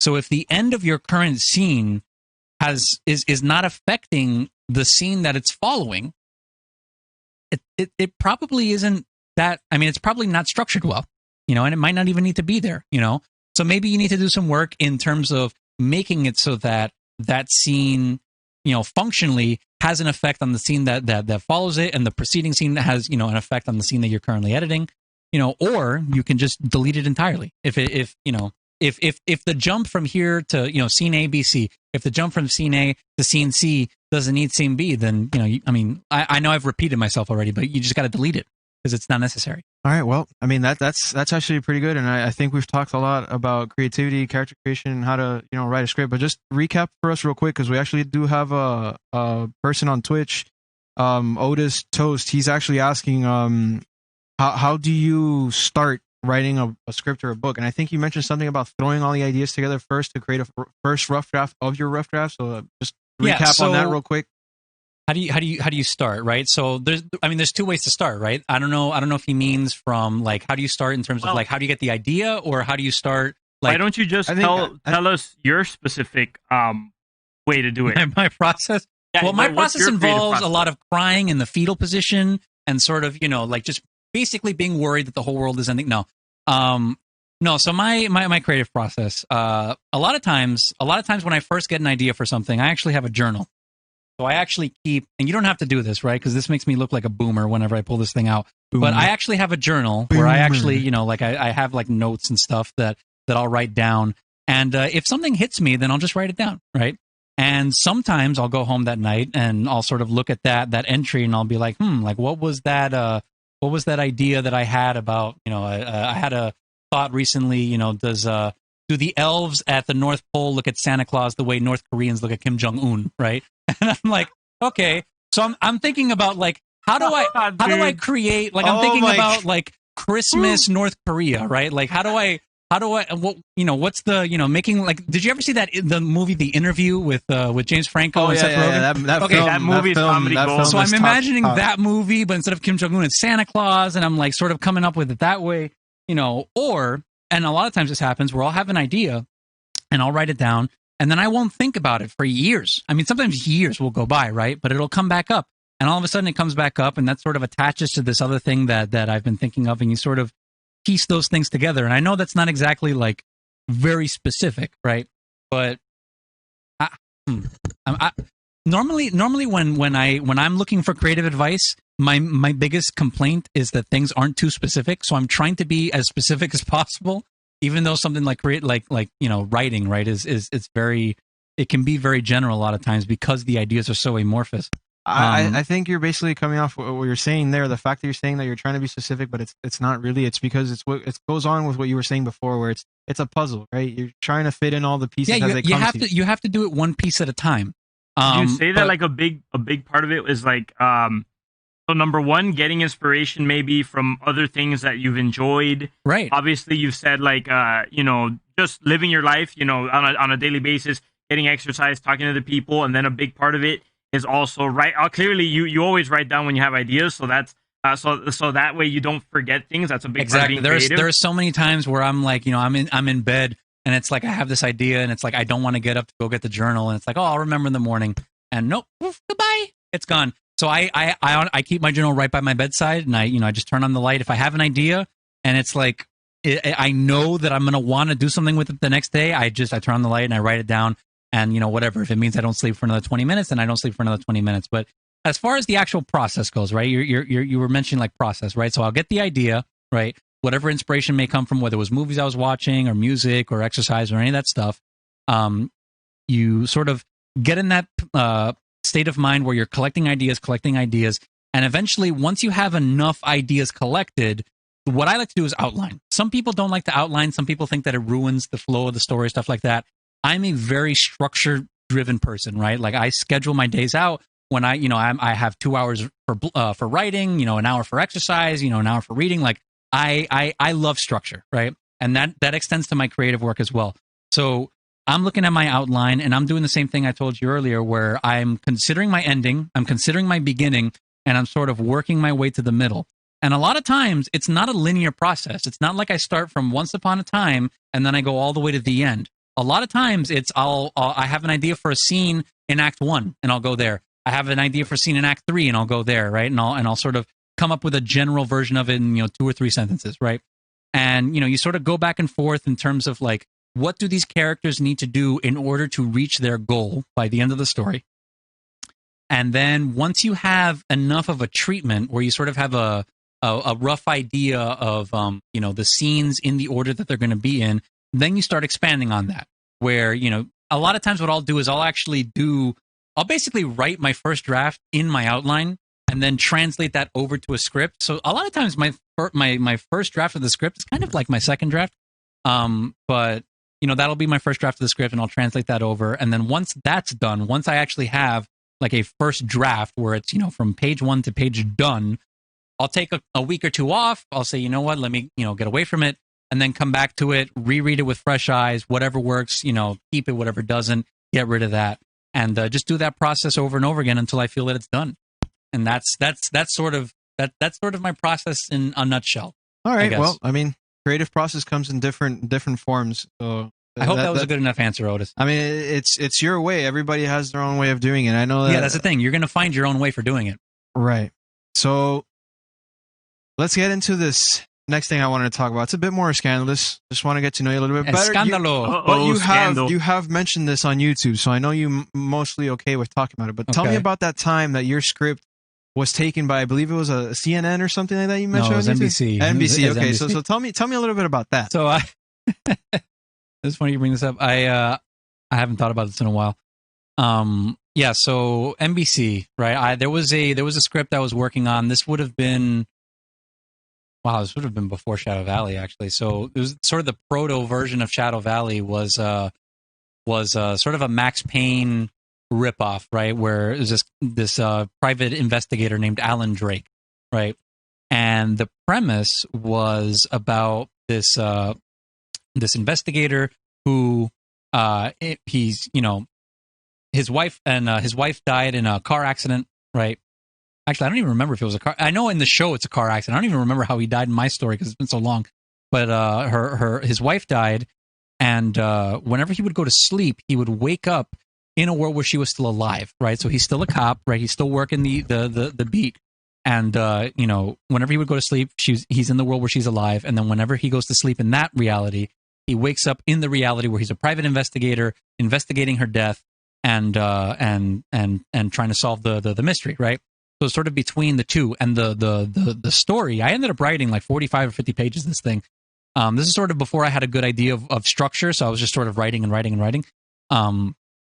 But eventually the way it would work was that he would have to use clues from each reality in the other reality in order to solve the mysteries in those separate timelines, right? Anyway, I remember talking about that with a girl in high school, and she asked me that she wanted to read it. She gave me her email. I'm spelling it right now in my head, right? I gave her my email, she gave me her email. I sent it, and then a couple days go by. I never got a reply. She never texted me about it, and I asked her like, "Oh, hey, did you get it?" And she's like, "No." Like, what do you mean no? And it's like, I sent it to you. She's like, I never got anything, right? She shows me her inbox. She never got anything. And I look at my inbox, and I said, I've sent it. Look, I sent it to you. She's like, no, there's no Y there. You added a Y, right? So it's like, okay, great. I sent an email to the wrong person. So normally when you send an email to an email that doesn't exist, you'll get a message right back from your whatever your email provider is that says, oh, this email does not exist, right? I didn't get one for that email. Now, again, I'm not saying this actually happened. I'm not accusing any individual of this. I want to be clear about that. It's honestly more of a coincidence more than anything else. But I sent out this script, and then, I mean, it was like a month later or something, maybe not even a month later, might have even been a few weeks later. I go home to my grandmother's house. I get on the computer. I'm on ScreenRant.com. This is back when I used to frequent Screen Rant for movie news. And I noticed that NBC is going back to production on a pilot that they just shot. They're doing reshoots based on a new draft that they just started.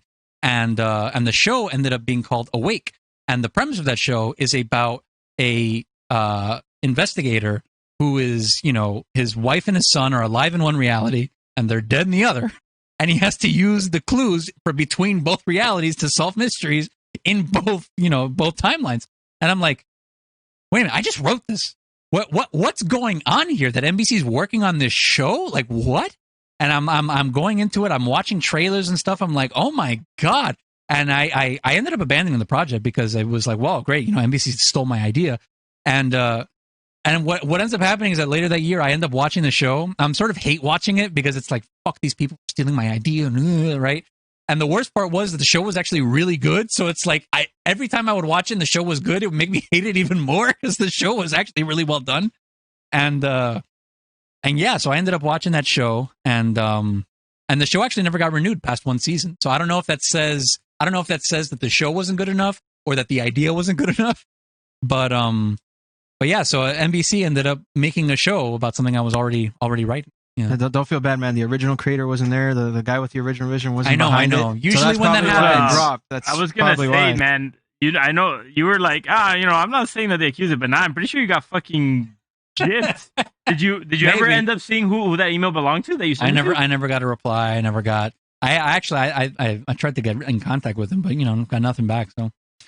Oh yeah, but I mean, like, you know, you didn't end up bothering, like, trying to maybe see, oh, does this person work at? Oh no, I'd never tried at that point, because I'm what, in 10th grade, 11th grade when this happened, so it's like I'm understandable. I don't think I'm gonna get like NBC's lawyers on the line or some shit to, like, you know, sue them over a show that I haven't even finished a script for. You know, like, that's what I said. I only got like 45, 50 pages in. I wasn't even done with it. So Chris Fred Mamba on Twitch is asking, isn't that a plot to a video game? It sounds familiar. Actually, yeah, I wanted to Is point that the out. plot to a video game?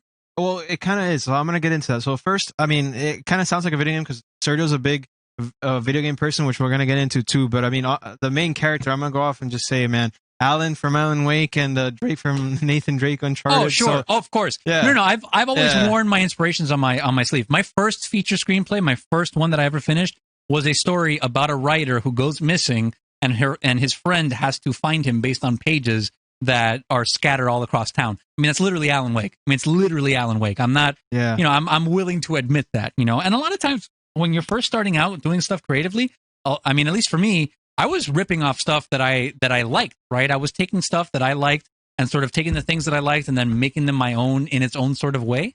And that's sort of a good way to sort of get a feel of, you know, what the creative process is like, is sort of, you know, I mean, whatever, making rip-off, right? I mean, that's one way of doing it. You know, you don't have to share them with anybody, but no, I don't think I've ever. And the investigator character, like I mentioned earlier, was based on Max Payne, right? Like his persona, the way his character, you know, his personality type was based on Max Payne. But yeah, Alan Drake, right? Alan Wake and Nathan Drake. You're 100% right on that. 100%. Right, but now the games that I think I'm gonna call on, that I think inspired, well, it's most closely related to the script that you were just mentioning is 12 Minutes, which recently released.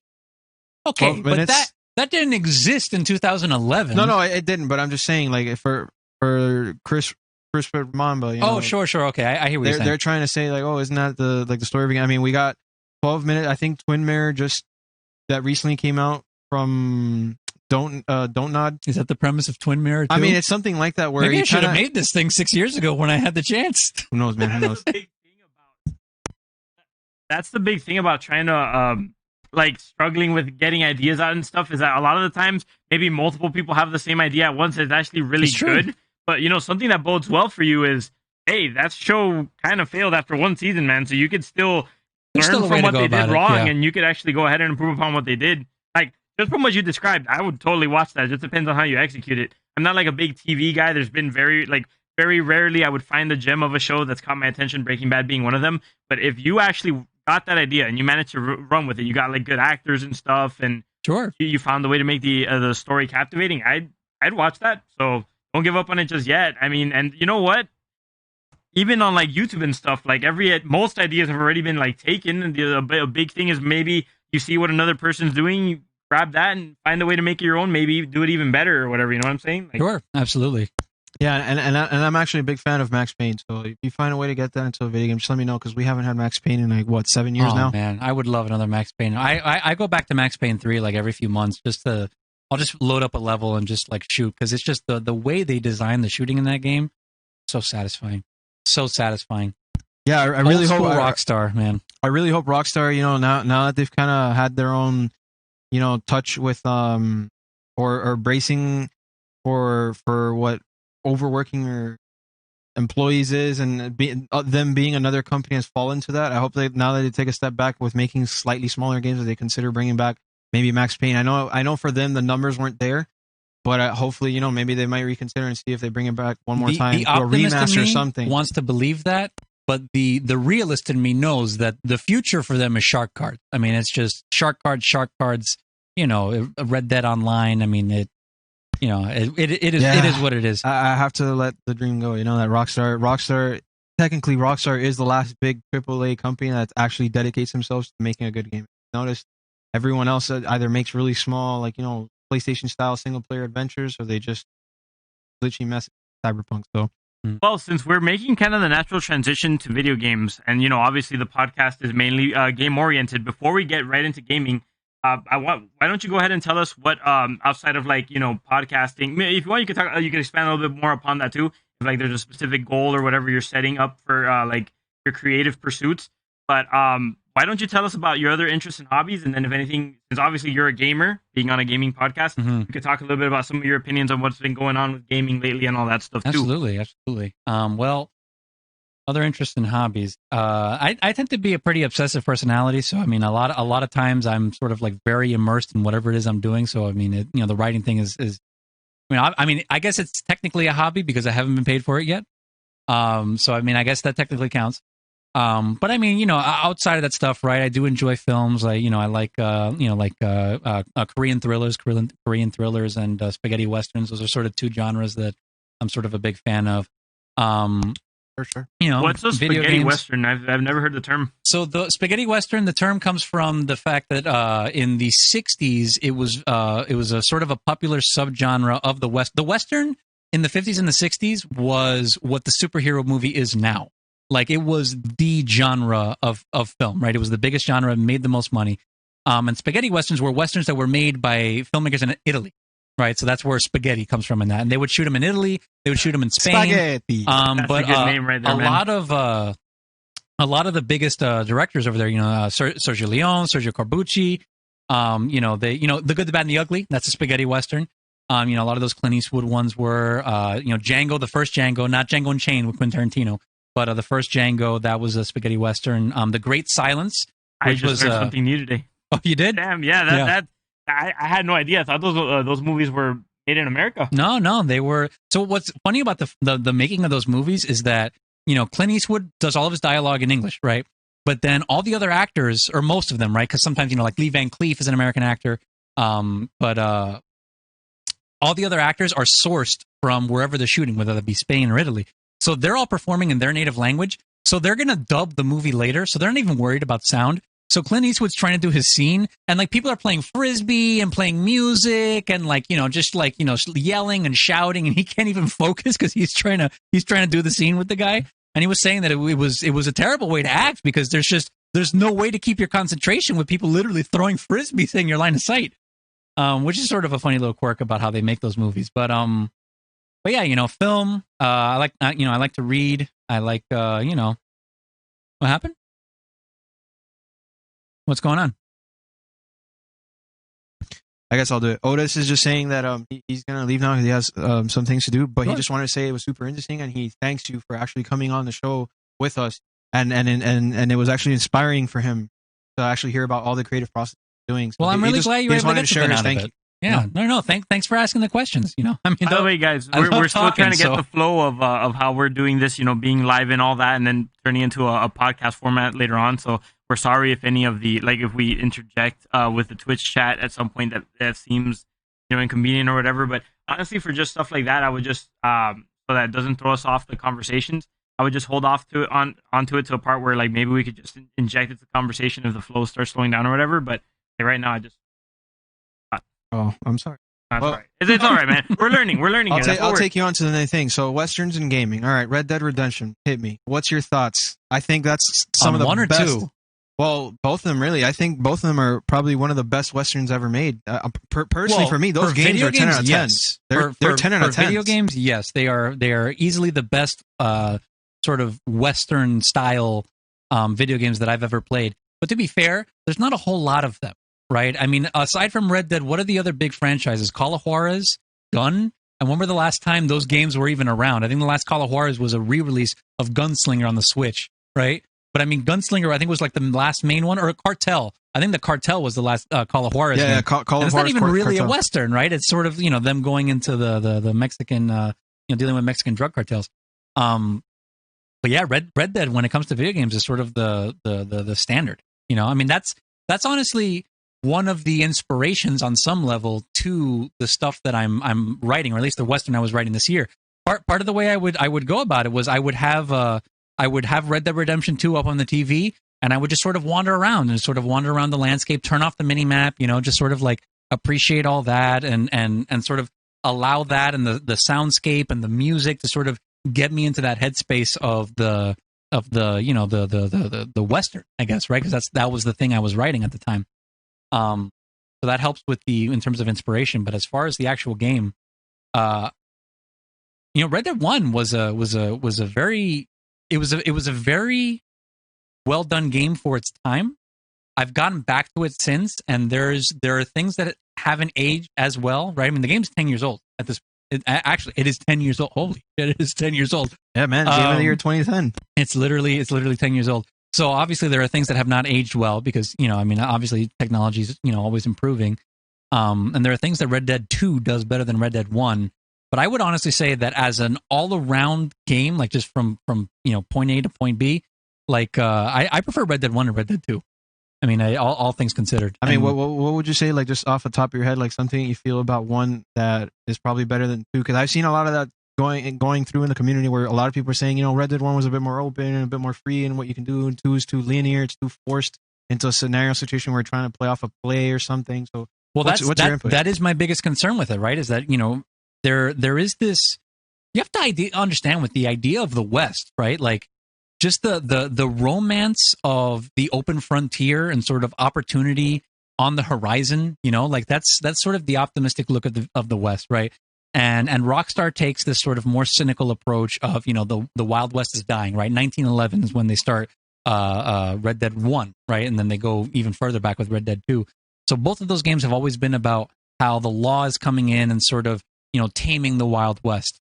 But it's just with Red Dead 2, you have to do things so specifically. I mean, you have to play it very, very specifically. Otherwise, you get a game over, a mission fail, and you got to start everything over. And it got to a point with that game, at least for me, where it was so problematic for me to play it that I would how was it that it would go? I would try to play it, and I didn't know how the bandana system worked, right? Where you would put on a bandana and then they wouldn't know who you were in town. So every time I would ride through a town, I would get cops on my ass from something I did in a town three towns over, right? So I didn't know how to get rid of my bounty. Rest in peace. So what ended up happening was I would have to ride from story mission to story mission to story mission to story mission, basically playing it like a linear story-based game and not doing any of the side content, because anytime I'm not in the vicinity of a mission, there are cops chasing me. And I'm trying to defend myself, right? They're shooting at me. It's not like I can walk up to them and say, okay, I'm done, right? I don't have any money. I can't afford to get rid of my bounty. So it's like, okay, I have to defend myself. I'm running, I'm shooting. I'm only adding to my bounty, making it even bigger. So it's even harder to actually get away from this. And it gets to a point where, 20 hours in, I'm like I said, I'm playing it like it's a linear story-based game where I'm literally just writing from story mission to story mission to story mission, because anytime I venture off the beaten path, cops and bounty hunters are coming after me. And it's not fun. I'm not doing any of the side stuff. I'm not doing any of that stuff like I did in Red Dead 1. And again, part of that is because I didn't know how to play the game, right? I didn't know I could put on a mask and no one would know who I am, right? But it sort of ruined the experience to me. And it's sort of, I feel like it sort of feeds into that same problem that's with the story missions, which is like, you kind of have to play it a very specific way. And the game asked me to play it in a way I didn't want to play it, and that's why I didn't like it. Whereas Red Dead 1 sort of afforded me more opportunity to live out the cowboy fantasy, and that's really what it boils down to. Very, very well put, man. To be fair, I did hear there was a fair amount of issues with the bandana and mask system or whatever in that game. Anyways, like I think Jordan showed me a review of the game that they actually broke down some like weird things that could happen where like if you put it on during a crime, I don't know. Basically, I know that for a fact that a lot of people shared the same experience that you had with the cops always being constantly on you from whenever you committed a crime somewhere else and stuff. So that was definitely a gripe that that was a gripe that people had with Red Dead 2 in comparison to the first one. So I think a lot of people kind of relate to thing about that. Actually, just for that was actually off a Nakey Jakey video, but just the way that if I recall correctly, the way the bandana works is like if you put it on, you're basically safe. Like no one can tell who you are. But if you get a bounty before you put on the mask, when you do put on the mask, you still get caught if somebody gets close. But it's kind of trying to put the thing where it's like, you can put on the mask, but I guess they were trying to build a mechanic where like even if you have it on, if somebody gets close enough to you and they can actually make out your eyes and kind of accuse you of being the big guy that everyone's hunting in a bounty, that's what they were trying to go for, and I guess it just kind of went the wrong way. They should have probably just kept it like how they had it in the first game. You put on your mask, you disappear, nobody knows who you are. You know what I mean? Yeah, it's just better simplicity than complexity for no reason. Yeah, well, I mean, for sure. I mean, there were a lot of features in Red Dead that I feel were a little overly complicated, like the mask system. But I think the other thing, this is the other thing that I kind of had a problem with the game, is that it seemed very preoccupied with its own cinematic quality. Like it's like you hold down the touchpad and you sort of get the CinemaScope mode, right, where it goes into 235:1 aspect ratio.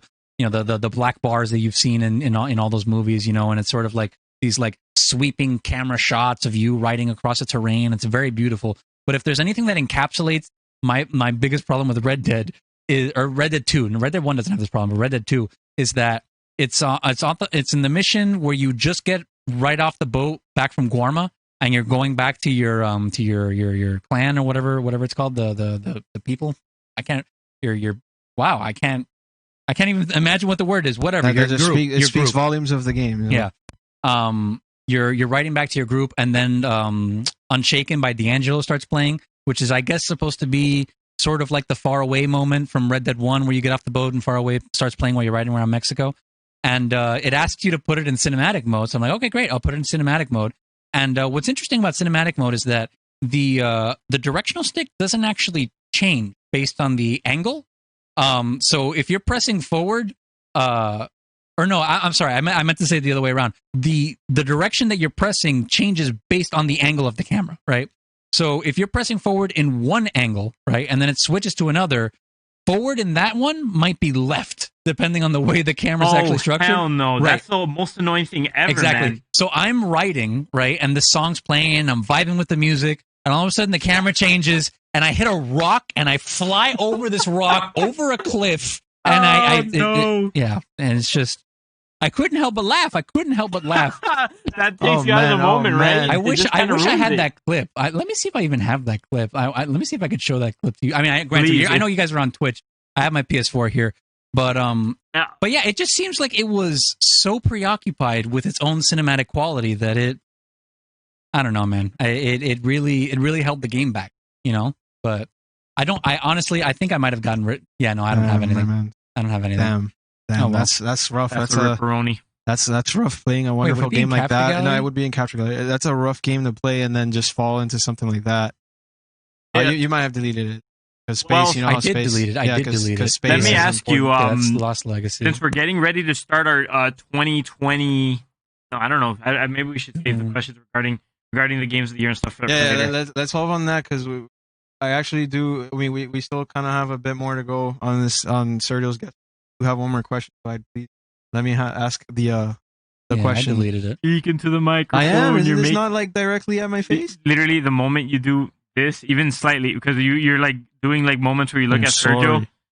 Even when you like even slightly turn like your nose 1 degree off the side to speak to Sergio, you speak so softly that the mic just starts cutting off. Man, this is rough. I got to learn how to use this mic, but just I had one more. Mic for you is those lapel mics, right? Like that's what like that's what we were thinking about doing, but we just didn't want to risk it because then you can look anywhere and you don't have to worry about the orientation of the microphone. That's anyway, actually that's just a suggestion. No, that's something that we're actually going to work on. Okay, I think I want to get this out there because you're a big a film guy, and I just want to get your opinion. Oh boy. So how about them new Star Wars sequels? Yeah, let's just bring this topic in here. So Michael's a big Star Wars fan. I don't know how I feel about them, and Sergio's also a big fan. So let's get into this. Important question: What Star Wars sequels are you talking about? Oh boy, the last one came out in 2005, right? Yeah, Revenge of the Sith was the last Star Wars movie. Oh boy, we're going there. I remember came out, right? We're going there. No, I mess around. I mess around with my stepdad. He gets a little bent out of shape when I make fun of the sequel movies, but I don't know, man. It's just Force Awakens. I actually remember. Hold on. I could actually read this to you. I have a website that I log all the movies that I watch called letterboxd.com. And they have an app where you can sort of, it's kind of like a social network for like people who watch movies, so you can sort of like see different movie pages, and then like you can log how many times you've seen it, whether you liked it, rate it. You can see other people's reviews for stuff. It's a good way of like organizing lists and organizing stuff you want to watch. I've seen Force Awakens 11 times. And the only way I would know that is because of this app. But in my first... thank you for your service, man. Choose to service here. Hold on, how do I see my reviews here? Hold on. While we wait for him to look that up, Mike, just real quick, because you're also a Star Wars buff, how did you feel about this? Or how does that affect you as a Star Wars fan? So, if I'm completely honest, even though The Force Awakens garnered a lot of criticism for some of the things it did, I actually I enjoyed it as a Star Wars film for what it was. A lot of people's a lot of people like kind of dinked it because it felt like it was a repetition of Episode 4, which obviously I felt, but I think one of the big things that George Lucas had, obviously maybe not to that degree, was that it was supposed to, with the prequels and then the original trilogy, it has kind of like that rhyme and rhythm where you do see like a lot of the themes kind of repeat themselves, but maybe The Force Awakens was a little bit more on the nose about it, because it was like, Luke starts off on Tatooine, a desert planet, he's a scavenger, and then like in The Force Awakens it was also the same thing, like some other desert planet, and then she's also a scavenger, and all that stuff.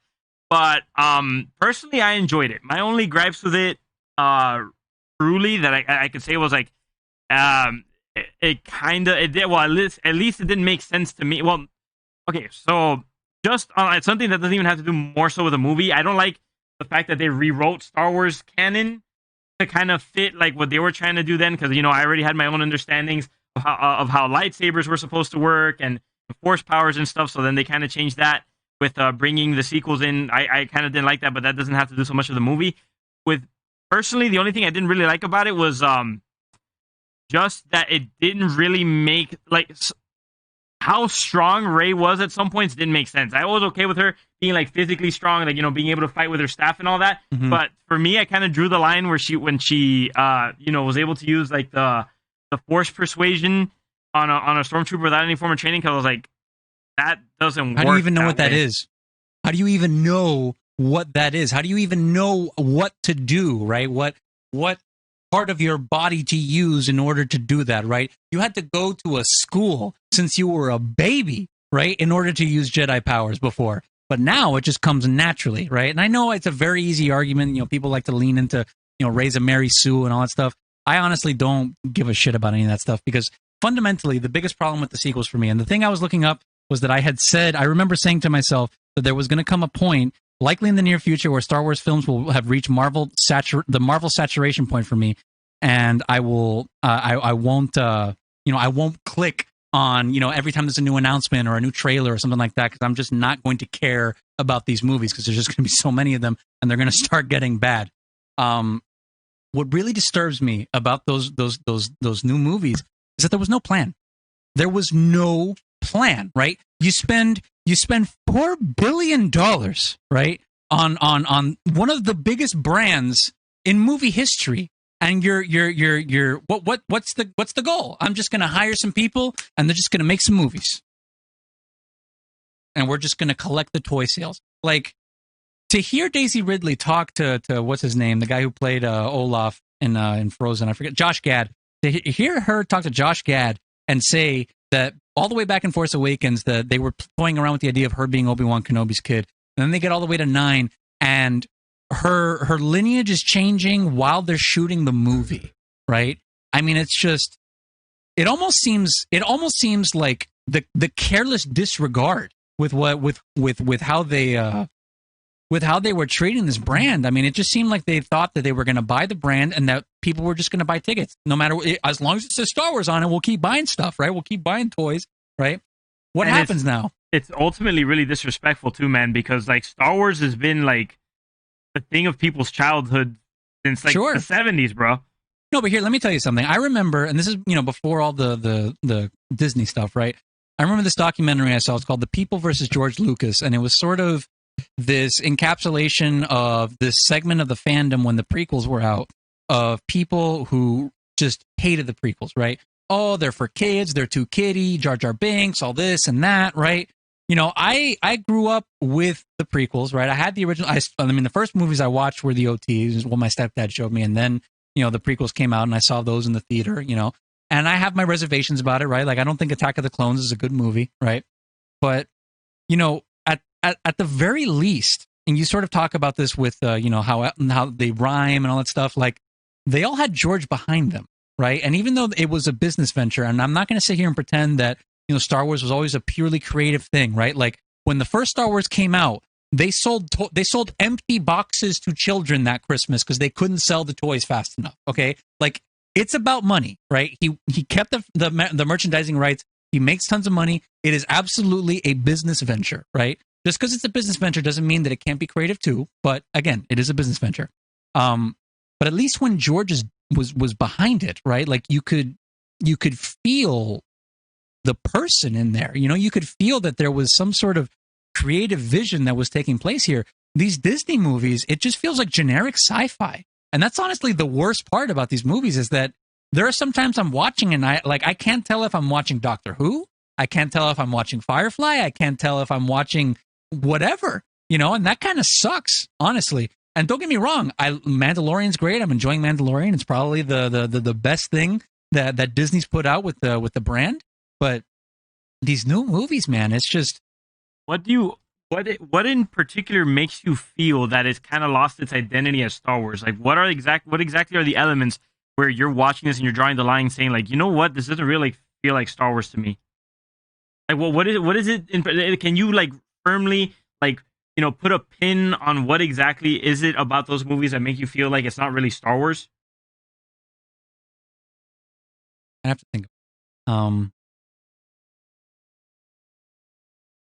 If I was to get, maybe I'll give you some of the things that I kind of think about it, and then if you want, you can bounce off of me, because maybe we coincide on where we both feel like it's not truly like Star Wars. Mm-hmm. Let's see. So I have to really think of, obviously it's when the movies were being released, we could only really go off of our feelings, off of speculation for what we thought was wrong in the movies. But ultimately, you're right. Daisy Ridley was in that interview where she did confirm, in fact, where you were, I think you started saying the point on the podcast, but you didn't like fully get there. And for The Force Awakens, yeah, they were confirming that she was originally supposed to be Obi-Wan's kid. Spoiler alert, by the way, we're gonna get into spoiler territory.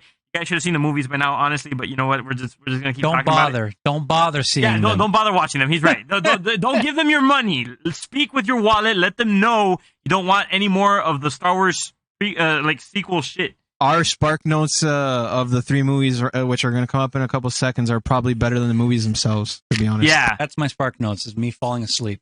Yeah, that's a valid point. But so pretty much it was all but confirmed that originally she was going to be Obi-Wan's kid, and then as they were getting ready to release episode 9 or make episode 9, whatever, they kept, like, every 2 weeks going on and off telling Daisy Ridley. Oh, by the way, Rey's gonna be Palpatine's kid. Oh no, never mind. Rey is not gonna be Palpatine's grandchild or whatever. Oh no, she is. Oh no, she's not. Whatever. But ultimately, what that tells us is that they took on a venture to make a trilogy without even planning it out, which is ultimately the biggest failure you could ever make when trying to set out to write a trilogy. Like, you literally didn't even have any consideration for the start or the finish of where you wanted to get to.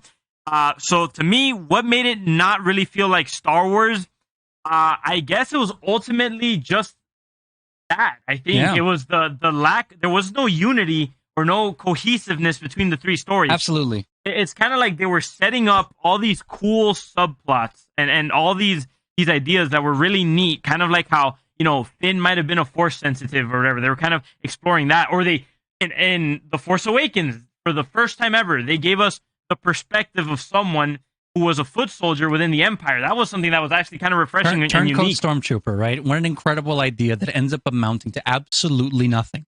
It ended up turning the guy into comedic relief in episode 8. No, in episode 9, what is his main defining character trait? Whenever Rey is fighting, he's shouting her name, right? Like, the disrespect to John Boyega to demean his character to that, right? Where you have this, I mean, you're right. Here's the thing, right? And it goes back to what you're saying about how there's no plan, right? The main difference here is that when George Lucas writes A New Hope, right? What he ended up doing was that the movie he wrote was way too long, right? A New Hope was the first act of the movie he actually wrote, but he actually had an idea of the story he was trying to tell when, you know, in terms of the actual structure of it. Whereas the plan here was, okay, we're going to make 3 movies, and we'll just let the people that we're going to hire to make these movies make whatever the fuck they want. And it's just no plan. No plan, honestly, is the biggest problem. Is the biggest problem that I have with these films. I mean, really. Yeah, I felt like it could have worked ultimately, like all the different inclusions that they wanted to bring in.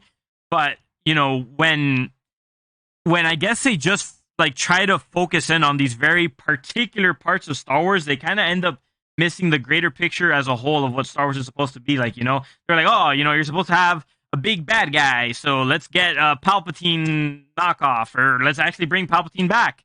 Or you're supposed to have like the whole family drama stuff, and let's bring that in. But they didn't. It's all decisions that you would like. It's like, okay, here are the moments that these movies should have, right? It's got to have the big action climax, got to have the big bad, and we got to have the emotional moment at the end and all this stuff, right? And it's like you don't have to look a whole lot further than the idea of her going back to Tatooine, right?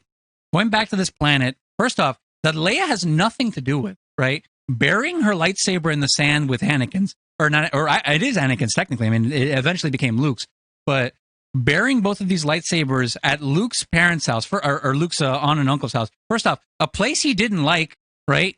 On a planet he hated, right? He didn't want to be there. He wanted to be off in the stars fighting the Empire, right? You're bringing them back there. You're burying them there, and then all of a sudden now it's a Palpatine that's assuming the name of the Skywalker. Like, pretty disrespectful. What is going on here? Like, what was the thought process here? I don't understand what exactly the point was, right? At the very least, with Star Wars, there's good and evil, and sort of like learning to understand that selfishness leads you to the dark side, and selflessness leads you to the light. I don't know what these movies were about other than making money, right? At the very least, the other ones were about this creative story between good and evil, and making money, right? These are just about making money, and it shows in the filmmaking. Yeah, I'm just gonna recap my experience with that last trilogy there, the sequel trilogy. As a person who doesn't really resonate with Star Wars as much as you guys, to know all the lore and all these characterization stuff, for me, like, I'm gonna just recap it real quick. The first of the sequels to me was literally just episode 4, but with a girl instead of a dude. Yeah. The second movie was episode 5, except they failed. And then episode 6 was actually nothing related to Star Wars. It was actually more like Maze Runner, the movie. It's just literally them running the entire movie. Yeah, we gotta get somewhere. Game.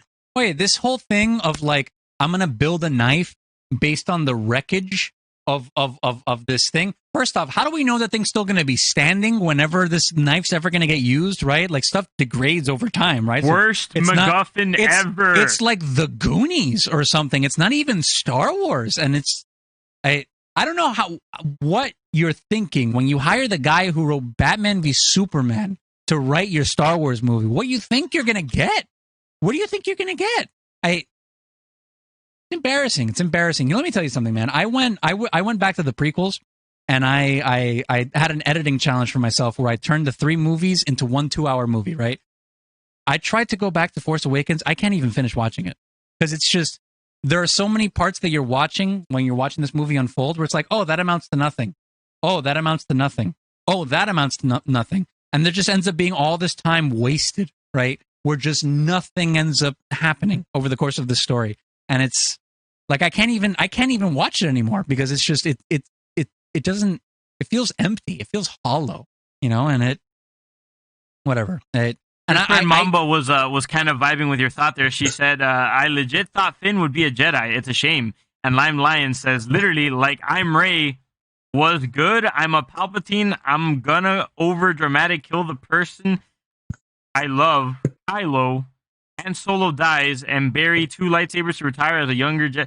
All right, that kind of gave me a stroke reading it. I'm sorry. So stupid. I'm not gonna lie. I had a hard time reading that. If there's anything I wanna input, which to me never made sense, is that for the first 3 movies, at least in the first movie, they were really pushing, or I guess they were like foreshadowing a form of relationship between Rey and Finn. Then in the second movie, it was kind of going, but then they started introducing like points of interest changing. Where Poe might have had an interest, or that the one girl that like really liked Finn at one point. I forget her name. Rose. Who totally gets sidelined in episode 9. Yeah, by gets the way. sidelined, and they then make this big deal about her being a big part of the cast in the lead up to episode 9, and then she's literally like, "Oh, I have to go work on the ship. You guys go without me." Yo, that's not even. I don't even have gripes with the fact that they sidelined her in episode 9, bro. Look. I don't know about you guys, but something that really triggered me and made 0 sense was okay. It kind of sucks that they dropped the plot line of seeing Finn maybe possibly become Force sensitive, or giving us some more like a perspective on how it is to be an Empire, or whatever. That kind of sucks. But then ultimately, he was made a gag. Oh, I hope that those sounds weren't being picked up by the computer because that would kind of suck. I keep leaning on my keyboard because I'm a fat ass. Let me just out of the way. No, please do not cancel my recording, sir. Oh boy. All right, so I'm gonna go on a little bit of a rant here, but this is one of the plot points that really got me heated when I saw episode 8 was that at least they were gonna try to redeem Finn by having him make the ultimate sacrifice and helping the Resistance. Like it's kind of like the ultimate redemption for him being or working for the Empire to begin with. Was that he was going to he was gonna make a suicide play where he was gonna drive his speeder or whatever into that turbine that was gonna fire a laser into the cave that the rebels were hiding in or whatever the Resistance was hiding in. Right. And that would have made a lot of sense. Like, okay, yeah, you guys, the Empire wouldn't have been able to get to them now. Haha, you guys lost. And ultimately Finn becomes a hero and all that. And then Rose Tico was like, she decided to kamikaze her speeder into Finn's without a single guarantee that my man was not going to die from that, which also then meant that the laser wouldn't have been stopped. She could have possibly died. Finn could have possibly died. Wait. Hey. It's about love. It's about love. And then it's about love. And then she kissed him without, like, I mean, I know not to get, like, into the whole, like, proper behavior thing, but, like, to me, it was kind of creepy that she just also kind of kissed him without, like, consent or whatever. Like, I don't know. I saw that scene and I felt awkward. I didn't feel like he liked her or anything like that. Bro, too. The romance stuff in all of these movies has been terrible. They had such great chemistry with Poe and Finn, right? They could have so easily gone down that route. By the way, Oscar Isaac and John Boyega both played the characters gay. That would have totally been a great way to go into this. But what do? No, they can't do that because, that doesn't play well overseas. Yeah, but so they got to do this hackneyed Rey Kylo stuff, and it's actually funny that you mentioned that exactly because it's like I was mentioning in the first movie they were basically going off that Finn and Rey were going to be a thing. Then in the second movie it's like Rose and Finn were going to be a thing, and then in the third movie all of a sudden Poe Dameron and Finn are like the best buddies in the middle of a battle. Hey. So it's like exactly what you said. They actually even mentioned it. It's like we totally thought we were going to end up being together by the end of the movie, and honestly it would have been the right fit.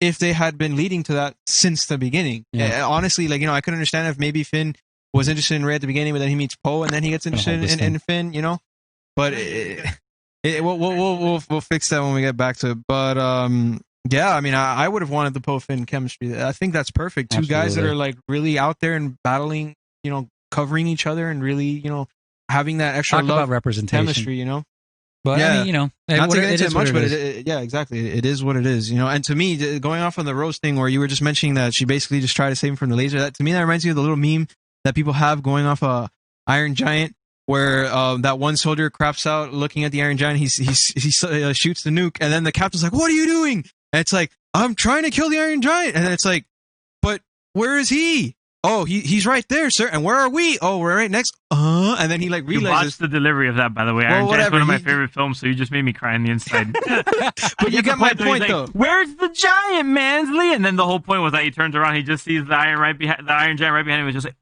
and it's basically like, Rose, where are the giant, like, ATSTs like shooting, or ATSTs or the big giant four, the four. Wait, are you saying for episode 8? For episode 8, yeah, the big I think four. that's supposed to be some derivative of the AT-ATs, but okay. I never bothered giant reading AT-ATs, any of the stuff that like, the sequels brought in, because I was like, this isn't Star Wars to me. Rose, I was trying to defend them. It's like, yeah, but you're gonna die. It's like, yeah, but what about our team? She looks back and she just watches them all get decimated by a giant laser, and it's like, oh, it's. Come on. That was my love for them. I protected them with my love. It's just cringy. Those movies, Chris Fred Mamba was saying that wasn't Rose Tico sidelined because of the people harassing the actress? I think that was that partially had to do with it, because I know that she actually did receive some death threats because people hated. She did, but that has. I mean, I don't know if that factored into their decision to do it. Like, if there was some sort of business decision where they decided, okay, people don't like this character, so we're just going to pretend that we're doing something with her, but we'll just only have her in the movie for a minute. I don't think that's what it was. Personally, I feel like what it was, and again, I don't know this, right? I don't know J.J. Abrams personally, so all of this is speculation. But when you have a moment in that movie where in episode 8, Luke throws a lightsaber over his shoulder for some comedic gag, right? And then in episode 9, she tries to throw the lightsaber into the fire, and he catches it, and he literally says, "A Jedi's weapon should be treated with more respect." And it's like, oh, okay, you're literally giving Rian Johnson the finger, right? You're literally giving him the finger in cinema screens across the country, right? So my guess is that the Rose Tico thing is probably just a culmination of that, where it's just Rose Tico was one of those characters that Rian Johnson did, worked on. So it was like, okay, we're just not going to do anything with her because fuck Rian Johnson, I mean, that's the weird thing about Rise of Skywalker, right? Is that first off, it's way too long, right? It's way too long and it makes no sense. It's way too long and it makes absolutely no sense. But then there are so many decisions that are made in there that look like tug of war being played between two different creative filmmakers. And it's like, was this really better than what Colin Trevorrow could have turned out? I mean, don't get me wrong. I'm not a fan of Jurassic World. It wasn't exactly a fantastic movie, but the concept art for that, I don't know if you guys have ever seen the concept art for the Duel of the Fates or read the script or anything like that, but that would have been significantly better than what J.J. Abrams turned out, at least in my opinion, but again, they got scared. They went back with the guy who, made them $2 billion the first time and, ended up destroying the credibility of the franchise in the process. Yeah, so, I think that also goes off on the fact that they changed 3 different directors, so they had 3 different ideas. Like, they started with J.J. Abrams, then Rian Johnson was trying to get out of that. I guess I feel like now, looking back in the way that he chose to make episode 5, he kind of saw that they were repeating the original, films, and that he was trying to take it in a different direction, but it just didn't pan out because he was stuck by what J.J. Abrams had already done. Yeah. And then the third guy, they just like, get the F out of here. We don't know what we're going to do with you. So they hired back J.J. Abrams, and he tried to bring it back, but he couldn't write out of same way that Rian Johnson had to write himself out of J.J. Abrams. Now J.J. Abrams had to write himself out of Rian Johnson and bring it back to what he originally thought. I think that's where the whole mess went through. Aside from the fact that even the president now of Lucasfilms, what's her name, Kathleen Kennedy, legitimately said that she had like no idea what she was doing, and that she was bringing in all these ideas, which eventually led to the Palpatine. What's the thing, right? Is that Kathleen Kennedy, she has this long and storied career. She's working with Steven Spielberg. She's producing Indiana Jones and Back to the Future and all these huge blockbuster movies, making tons of money, hand over fist. I remember when George picked her, I was like, that's a fantastic choice, right? Based purely on the pedigree of the stuff that she's worked on before in the past, right? But I just what that trilogy needed was a George Lucas type voice to guide it, right? Was some visionary with an idea of what they wanted this story to be about, what they wanted to happen in each of these 3 movies. And it doesn't need to be as specific as this happens on this page and they say these words specifically, right? Like just a general idea of what's going to happen here, what's going to happen here, and what's going to happen here, right? 3-act structure, right? You know, looking at episode 8 as the midpoint, right? And understanding the inciting incident, Force Awakens and all that stuff, looking at it as a microcosm on a large scale, right? But they didn't have that, right? Like that's the biggest thing the Mandalorian has going for it, right? Is that it's got Dave Filoni, it's got and Jon Favreau behind it, right? You have 2 creative minds, 2 creative forces, one of them in the form of Dave Filoni, someone who understands Star Wars, understands that brand, and has been behind some of its most successful stories with fans, right? Clone Wars and Rebels, okay? So if they had something like that, right, where there was someone who had something they wanted to say with Star Wars, which is one of the things I actually appreciate about Rian Johnson, is that at the very least, he had something he wanted to say with Star Wars. Maybe he didn't say it very effectively, and maybe the thing he said was not particularly interesting, but he had something he wanted to say. But J.J. Abrams, you know, he's just trying to say the same thing that you've seen 1,000 times before, episode 7 or whatever, or episode 4, whatever the fuck it was. Actually, basically, it was original trilogy with a bunch of lens flares. Yeah, I actually wanted to add to that too. I'm pretty sure J.J. Abrams actually on an interview. I remember reading in IGN that he actually went out and said, you know, I'm not really sure how I want to go and approach Star Wars because I don't want to ruin it. He's like, I'm a big fan. He turned it down. Remember this. J.J. Abrams turned it down at first. He didn't want anything to do with this. He wanted to watch it as a fan, the same way that George Lucas said, okay, I never got to see Star Wars, right? Because he made it. So now he gets to see it as a fan. And then he goes on Charlie Rose after he watches The Force Awakens and calls Disney a bunch of white slavers. But whatever, that's beside the point. He turned it down, right? So first off, that should have been the first red flag in 2015 when the guy who turned it down decides that he wants to do it, right? First off, why would you get the guy who doesn't want to make the movie to make the movie? Why would you do that? That doesn't make any sense. But, you know, again, that was a situation where they were just throwing money at a problem, right? They just kept throwing money at a problem. And they threw so much money at the problem that they ended up turning out the first movie in Star Wars history that lost money with Solo, you know, and Solo wasn't even that bad. It was actually pretty good compared to the other stuff. You know, for me, I don't know if a lot of people carried the same mentality or whatever, but I actually haven't watched Solo yet, which I think is a mistake. As a Star Wars fan, I probably should have watched it. I actually heard it was better than a lot of what was brought out in the sequels, but I did it as like a punitive measure, actually, because I wanted to let them know what I thought about Episode 8. I hear you, man. I hear you. I wasn't that vindictive, but, you know, I don't blame you. I don't particularly blame you. Yeah, and to be honest with you, like I said, outside of the original, the prequels and the original trilogy, I'm actually just a big fan of Rogue One. Honestly, to me, it's like everything Star Wars happened, and then Rogue One happened in between, and it's my favorite film in the entire franchise. And then outside of that, everything else after 6 just fascinating. The thing to me, Rogue One was pretty cool too. To like Rogue One specifically, it's just I don't know. I feel like they put a lot of effort, and they kind of went backwards. Where every Star Wars movie for me, it's like they're kind of trying to get to that shining end of the tunnel, and you know, get to the good from the dark. They actually start from the light and they descend into darkness in Rogue One. And by like watching them all just like I didn't expect it. No one expected it. Where it was literally going to end with the start of Episode 4, like 5 minutes before Episode 4, and just watching Darth Vader come in. It's like, no, we are the Empire. It's not just bad stormtrooper shooting anymore. It's me kicking her butt, and he just comes in and he's just wailing on all these rebels. I know that scene was legitimately scary. That was scary. But that emotion, those 5 minutes, is what makes that movie for me, and it's also what makes the whole franchise. It's the fact that it shows that all this time, this big bad that we've been afraid of, the Empire, they finally show its full potential, and it's embodied through Darth Vader being such a force to be reckoned with, and that's what makes it. Look, don't get me wrong with what I'm about to say, right? Like don't let it demean your appreciation of the movie, right? Because I actually like Rogue One. Rogue One is one of the better of the Disney Star Wars ones. It's better than all of the sequel trilogy, right?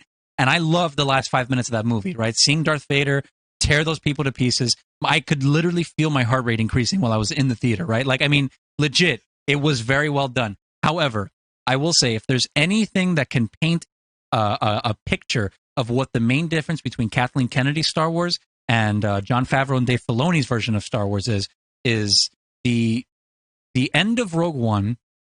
The villain comes out. Darth Vader's the villain of that movie, right? I mean, he is the villain of the movie. and he wrecks shop, and everyone is cheering. Everyone in the theater is cheering, right? Because it's badass and it's amazing, and we love Darth Vader, right?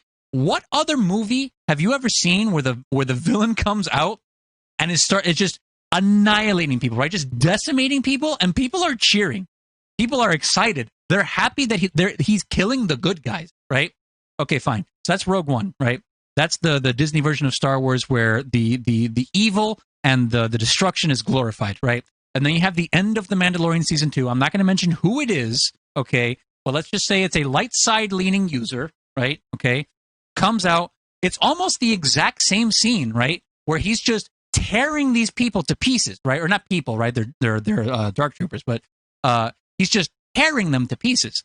But what is the difference, right? The difference is that it's not about the glorification of the violence. It's the, I don't know if idolization is the right word, but it's putting a spotlight on the hero rather than putting a spotlight on the villain, if that makes any sense. And I feel like that's sort of this dark cloud that's sort of hanging over this the new Star Wars stuff, is that there's this weird edge to it that I think doesn't belong in there. And it's I don't know. I what exactly do you mean? That was actually kind of curious because I was trying to follow along with what you're saying. I know it's kind of vague because I'm trying not to spoil the end of Mandalorian Season 2 by talking about this, but you know, the character that cleans house at the end of Mandalorian Season 2, right, is a light side leaning user, right? They are for all intents and purposes a hero in the context of Star Wars, right? That's the guy we should be cheering on, right? We should be cheering on the guy that's taking down the Empire. We should be cheering on the guy that is, and I understand, right? I'm not saying that there isn't a place for content like Rogue One and content like Darth Vader smacking the shit out of people, right? The Obi-Wan show, right? They confirmed that Hayden Christensen's coming back to play Darth Vader, right? Like, I am excited to see what that's going to look like, right? And I actually want to see what that is. I'm not saying there isn't a place for that. I'm just saying that it's very telling to me that the way Disney is handling it, or at least the way Disney was handling it with Kathleen Kennedy and not necessarily with Jon Favreau and Dave Filoni, is that what Disney and Kennedy value in terms of Star Wars is significantly different than what Dave Filoni and Jon Favreau value. And what I think is that that the guys behind The Mandalorian are more in tune with what George Lucas is trying to do with Star Wars than what Disney and Kathleen Kennedy are trying to do. That's what I'm trying to say, is that I think that they have their thumb on the pulse of what it actually means to be a Star Wars story. And I think you don't have to look any further than this conversation that Dave Filoni had. It was like this roundtable discussion. I think it's on Disney Plus or something like that. One of these behind the scenes kind of things where he's talking about how in working with George and working with him on the Clone Wars and on Rebels, you know, he came to understand what exactly the difference between the Jedi and the Sith are. And, you know, I'm sure you guys have heard the idea of gray Jedi and all that stuff. And, you know, that's an idea that I find interesting. And when the movies were coming out, I thought that's what they were working towards. I thought they were working towards, you know, the original trilogy is about light overcoming dark. The prequels are about dark overpowering light. And the sequels would be about true balance, right? Understanding that you can't be all light and all dark, that there has to be a balance of the two in order for balance to exist. That's what I thought they were working towards. That's not what they were working towards at all, right? Now, granted, I like that idea, but according to Dave Filoni, who again is getting this directly from George Lucas, that's not necessarily what Star Wars means. What Star Wars is, you know, selfishness leads you to the dark side. Selflessness leads you to the light, right? And it's about understanding that you are going to have those selfish impulses, but that you have to manage them so that you can be selfless and you know, bring light to the galaxy instead of bring dark to it. You know, and that's sort of a very, very condensed, not nearly as poetic way of what he said in that situation. But he really has his thumb on the pulse versus Kathleen Kennedy, right? Who admits that, again, doesn't know what she's doing. And it's whatever. It sucks. Yeah, I mean, we can sit here and just go off on it. I mean, we're all fans, and I remember specifically like watching. I guess now what I want to say, just to kind of close off my thoughts on it, it's like now I kind of appreciate what Rian Johnson was saying. I know not that many people like Episode 8, and they kind of felt that it betrayed the story, but it kind of, what I liked about Rian Johnson's film or his Episode 8 or take on it is what I liked about Rogue One. It's that they kind of showed what happens on the other side. the entire movie, it's like, or all the original movies, we're always following the hero. But what happens when we don't follow the Jedi? We follow some guys in the middle that are just, they don't have any way to defend themselves against these dudes that can just flip around like ninjas and instantly murder you with a flip of a finger, or toss you across the planet if they felt like with the Force. In Rogue One, there's generally no one that can stand up to Darth Vader. Like, literally, everyone just walks up to him and they'll get instantly murdered. That's what happens in minutes. And with Rian Johnson, what I like too is the same thing, where it's like, at the end, like towards the film, like they were trying to be all heroic and going on their long adventure to find a way to get, to what they needed with the whole casino planet thing that everyone dislikes. But it's like, at the end of it, they all failed. And that's what I liked about it. It's like, it's not always, oh yeah, the hero's gonna magically find their way across the world and magically risk his life and magically solve the whole story and plot with like a 0.1% chance of what a real life person would actually. No, it's like they actually failed. And that's kind of like, I guess, what I appreciated about some of the new stuff, that they kind of made it a bit more like showing us the other side of the coin. What really happens when you don't have that Obi-Wan Kenobi that has the high ground, or that Luke Skywalker that comes in and tells Dad like to emotionally remember who he is as a father. They don't have that. And that's kind of like, I guess, the only thing I could take away from the new. I don't know if you want to have your comment. No. Well, I mean, I think that's good enough. Just to close off on the Star Wars thing, I'll kind of jump off of what you were saying. I think what Rian Johnson did for Episode 8, some of the things that could be appreciated is just, I guess, some of the, like how Sergio said earlier, some of the themes that he was trying to explore. I mean, I personally don't feel like Luke would have ever gone the direction of becoming a hermit, or much less killing, his. Gosh, I'm having go ahead and finish your thought. But I'm going to argue that he is a hermit. But go ahead and finish your. Yeah. So I personally don't agree with the direction that they went with Luke, where he would have become a hermit, much less think of even killing his nephew, just for the possibility of him like thinking that he might become a bad guy or whatever. Like, I thought that was kind of out of left field personally, just from the feeling that I got from Luke in the original movies. Maybe that's something he would have considered doing back in like Episode 5, Episode 4, when he was still like young and brash. But I thought the whole point of like Episode 6 was establishing that like he's already gotten that mastery over his emotions and like his baser, darker feelings that would lead him that would have led him to become a Jedi Master and stuff like that. But I can still appreciate what Rian Johnson was kind of trying to elicit by bringing those themes to the table. But ultimately, just to bounce off what you were saying, I don't think there was anything really special in setting up a more like a darker and more negative ending for Episode 8, because that's typically stuff that's always happened like every second movie in a Star Wars trilogy. Well, yeah, exactly. Attack of the Clones ends with the clone army, right? And then Episode 5 literally ends with Han Solo and Carbonite, and Luke's missing a hand, right? Like, it seems like there's no hope at the end of both of those movies. So they're trying to do the same thing, but right. There was a much better way of doing it. That's why I was saying it was like, it's basically Episode 8 is Episode 5, except they failed at the end of the movie. And so I get the point, but I'm just trying to say it's not necessarily that I want to say that the original trilogies don't have any dark themes to it. It's just I want to say that, like, in the newer films, especially of Rogue One, they kind of show the other side of the coin, like how other people would feel. Like, kind of like Halo 3 ODST, and showing what like the ODST, the orbital drop shock troopers, that's what it called, Marines would go through while Master Chief was off kicking ass in space. Sure. Like, what would they feel? And I think that's what I wanted to say. It's like they convey it in a nice way through some parts of Episode 8 and mostly Rogue One, how those other people would feel like not having a Jedi user defend them. That's what I love about Mandalorian. That's true. Yeah, I think they did bring a closer perspective to like just the rebels and the Empire and stuff, rather than just focusing on like all these special heroic characters or whatever. So I think I could appreciate what Jordan's saying.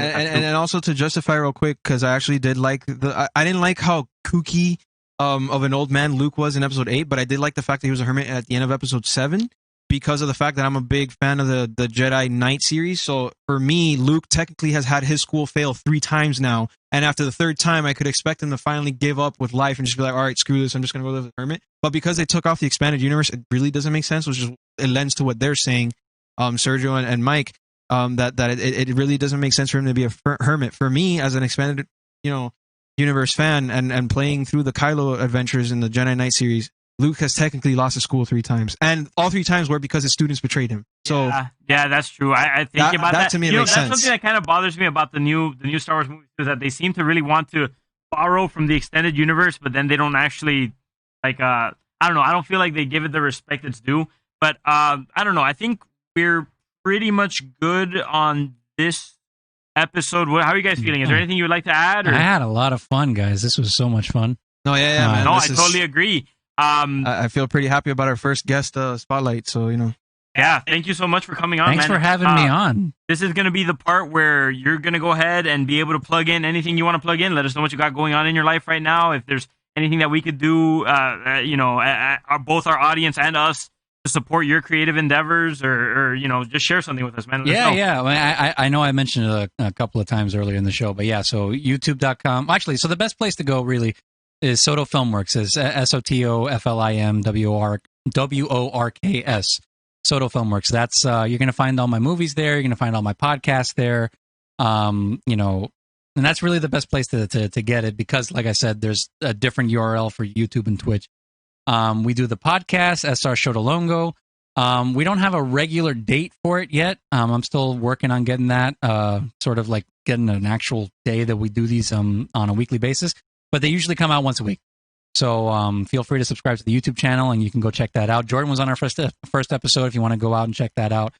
And yeah, that's really it. Anything I'm going to be doing creatively is going to be on that website. So feel free to keep it locked there. Yeah, man. I also wanted to hit off. I hope you take this with a positive outlook. To me, you're like the third Sprouse brother that nobody remembers. The third Sprouse brother. You need your moment, man. You need your moment to get out there. Jab at the long hair or something? Man, wow, it's the long hair and the voice. Me. It's the long hair and the voice, man. If you hear in Riverdale, I think it's Dylan Sprouse, the one that's playing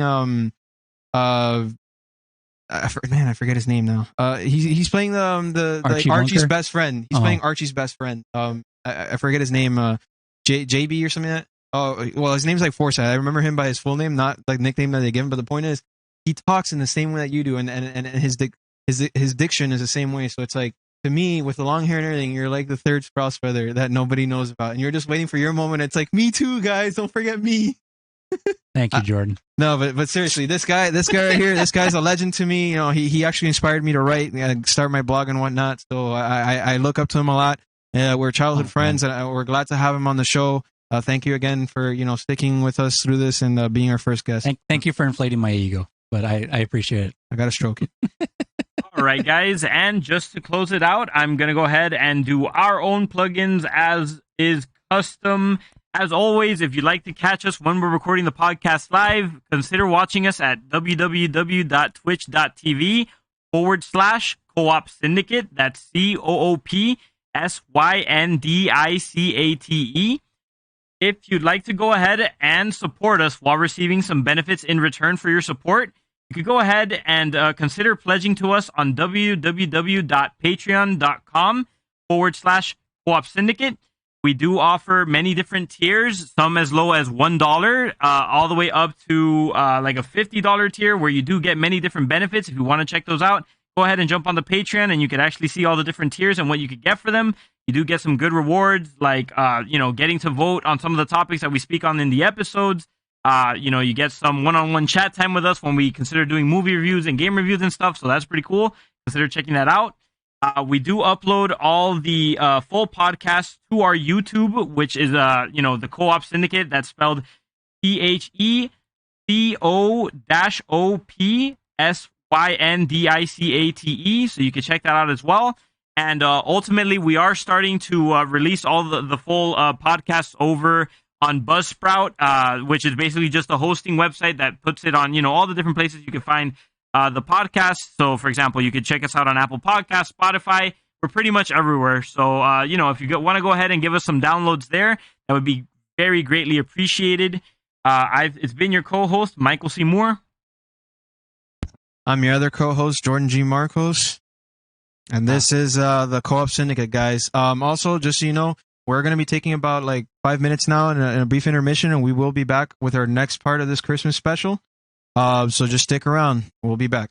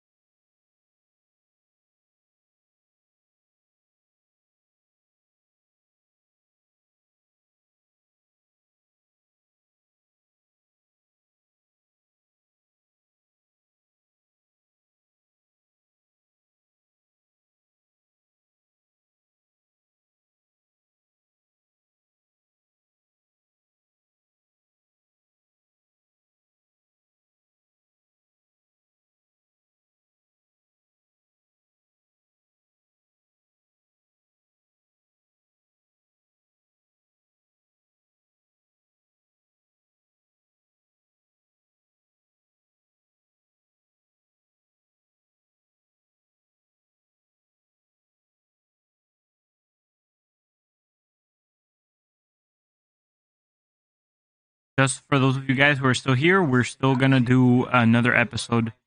Let me just I'm gonna stop the recording.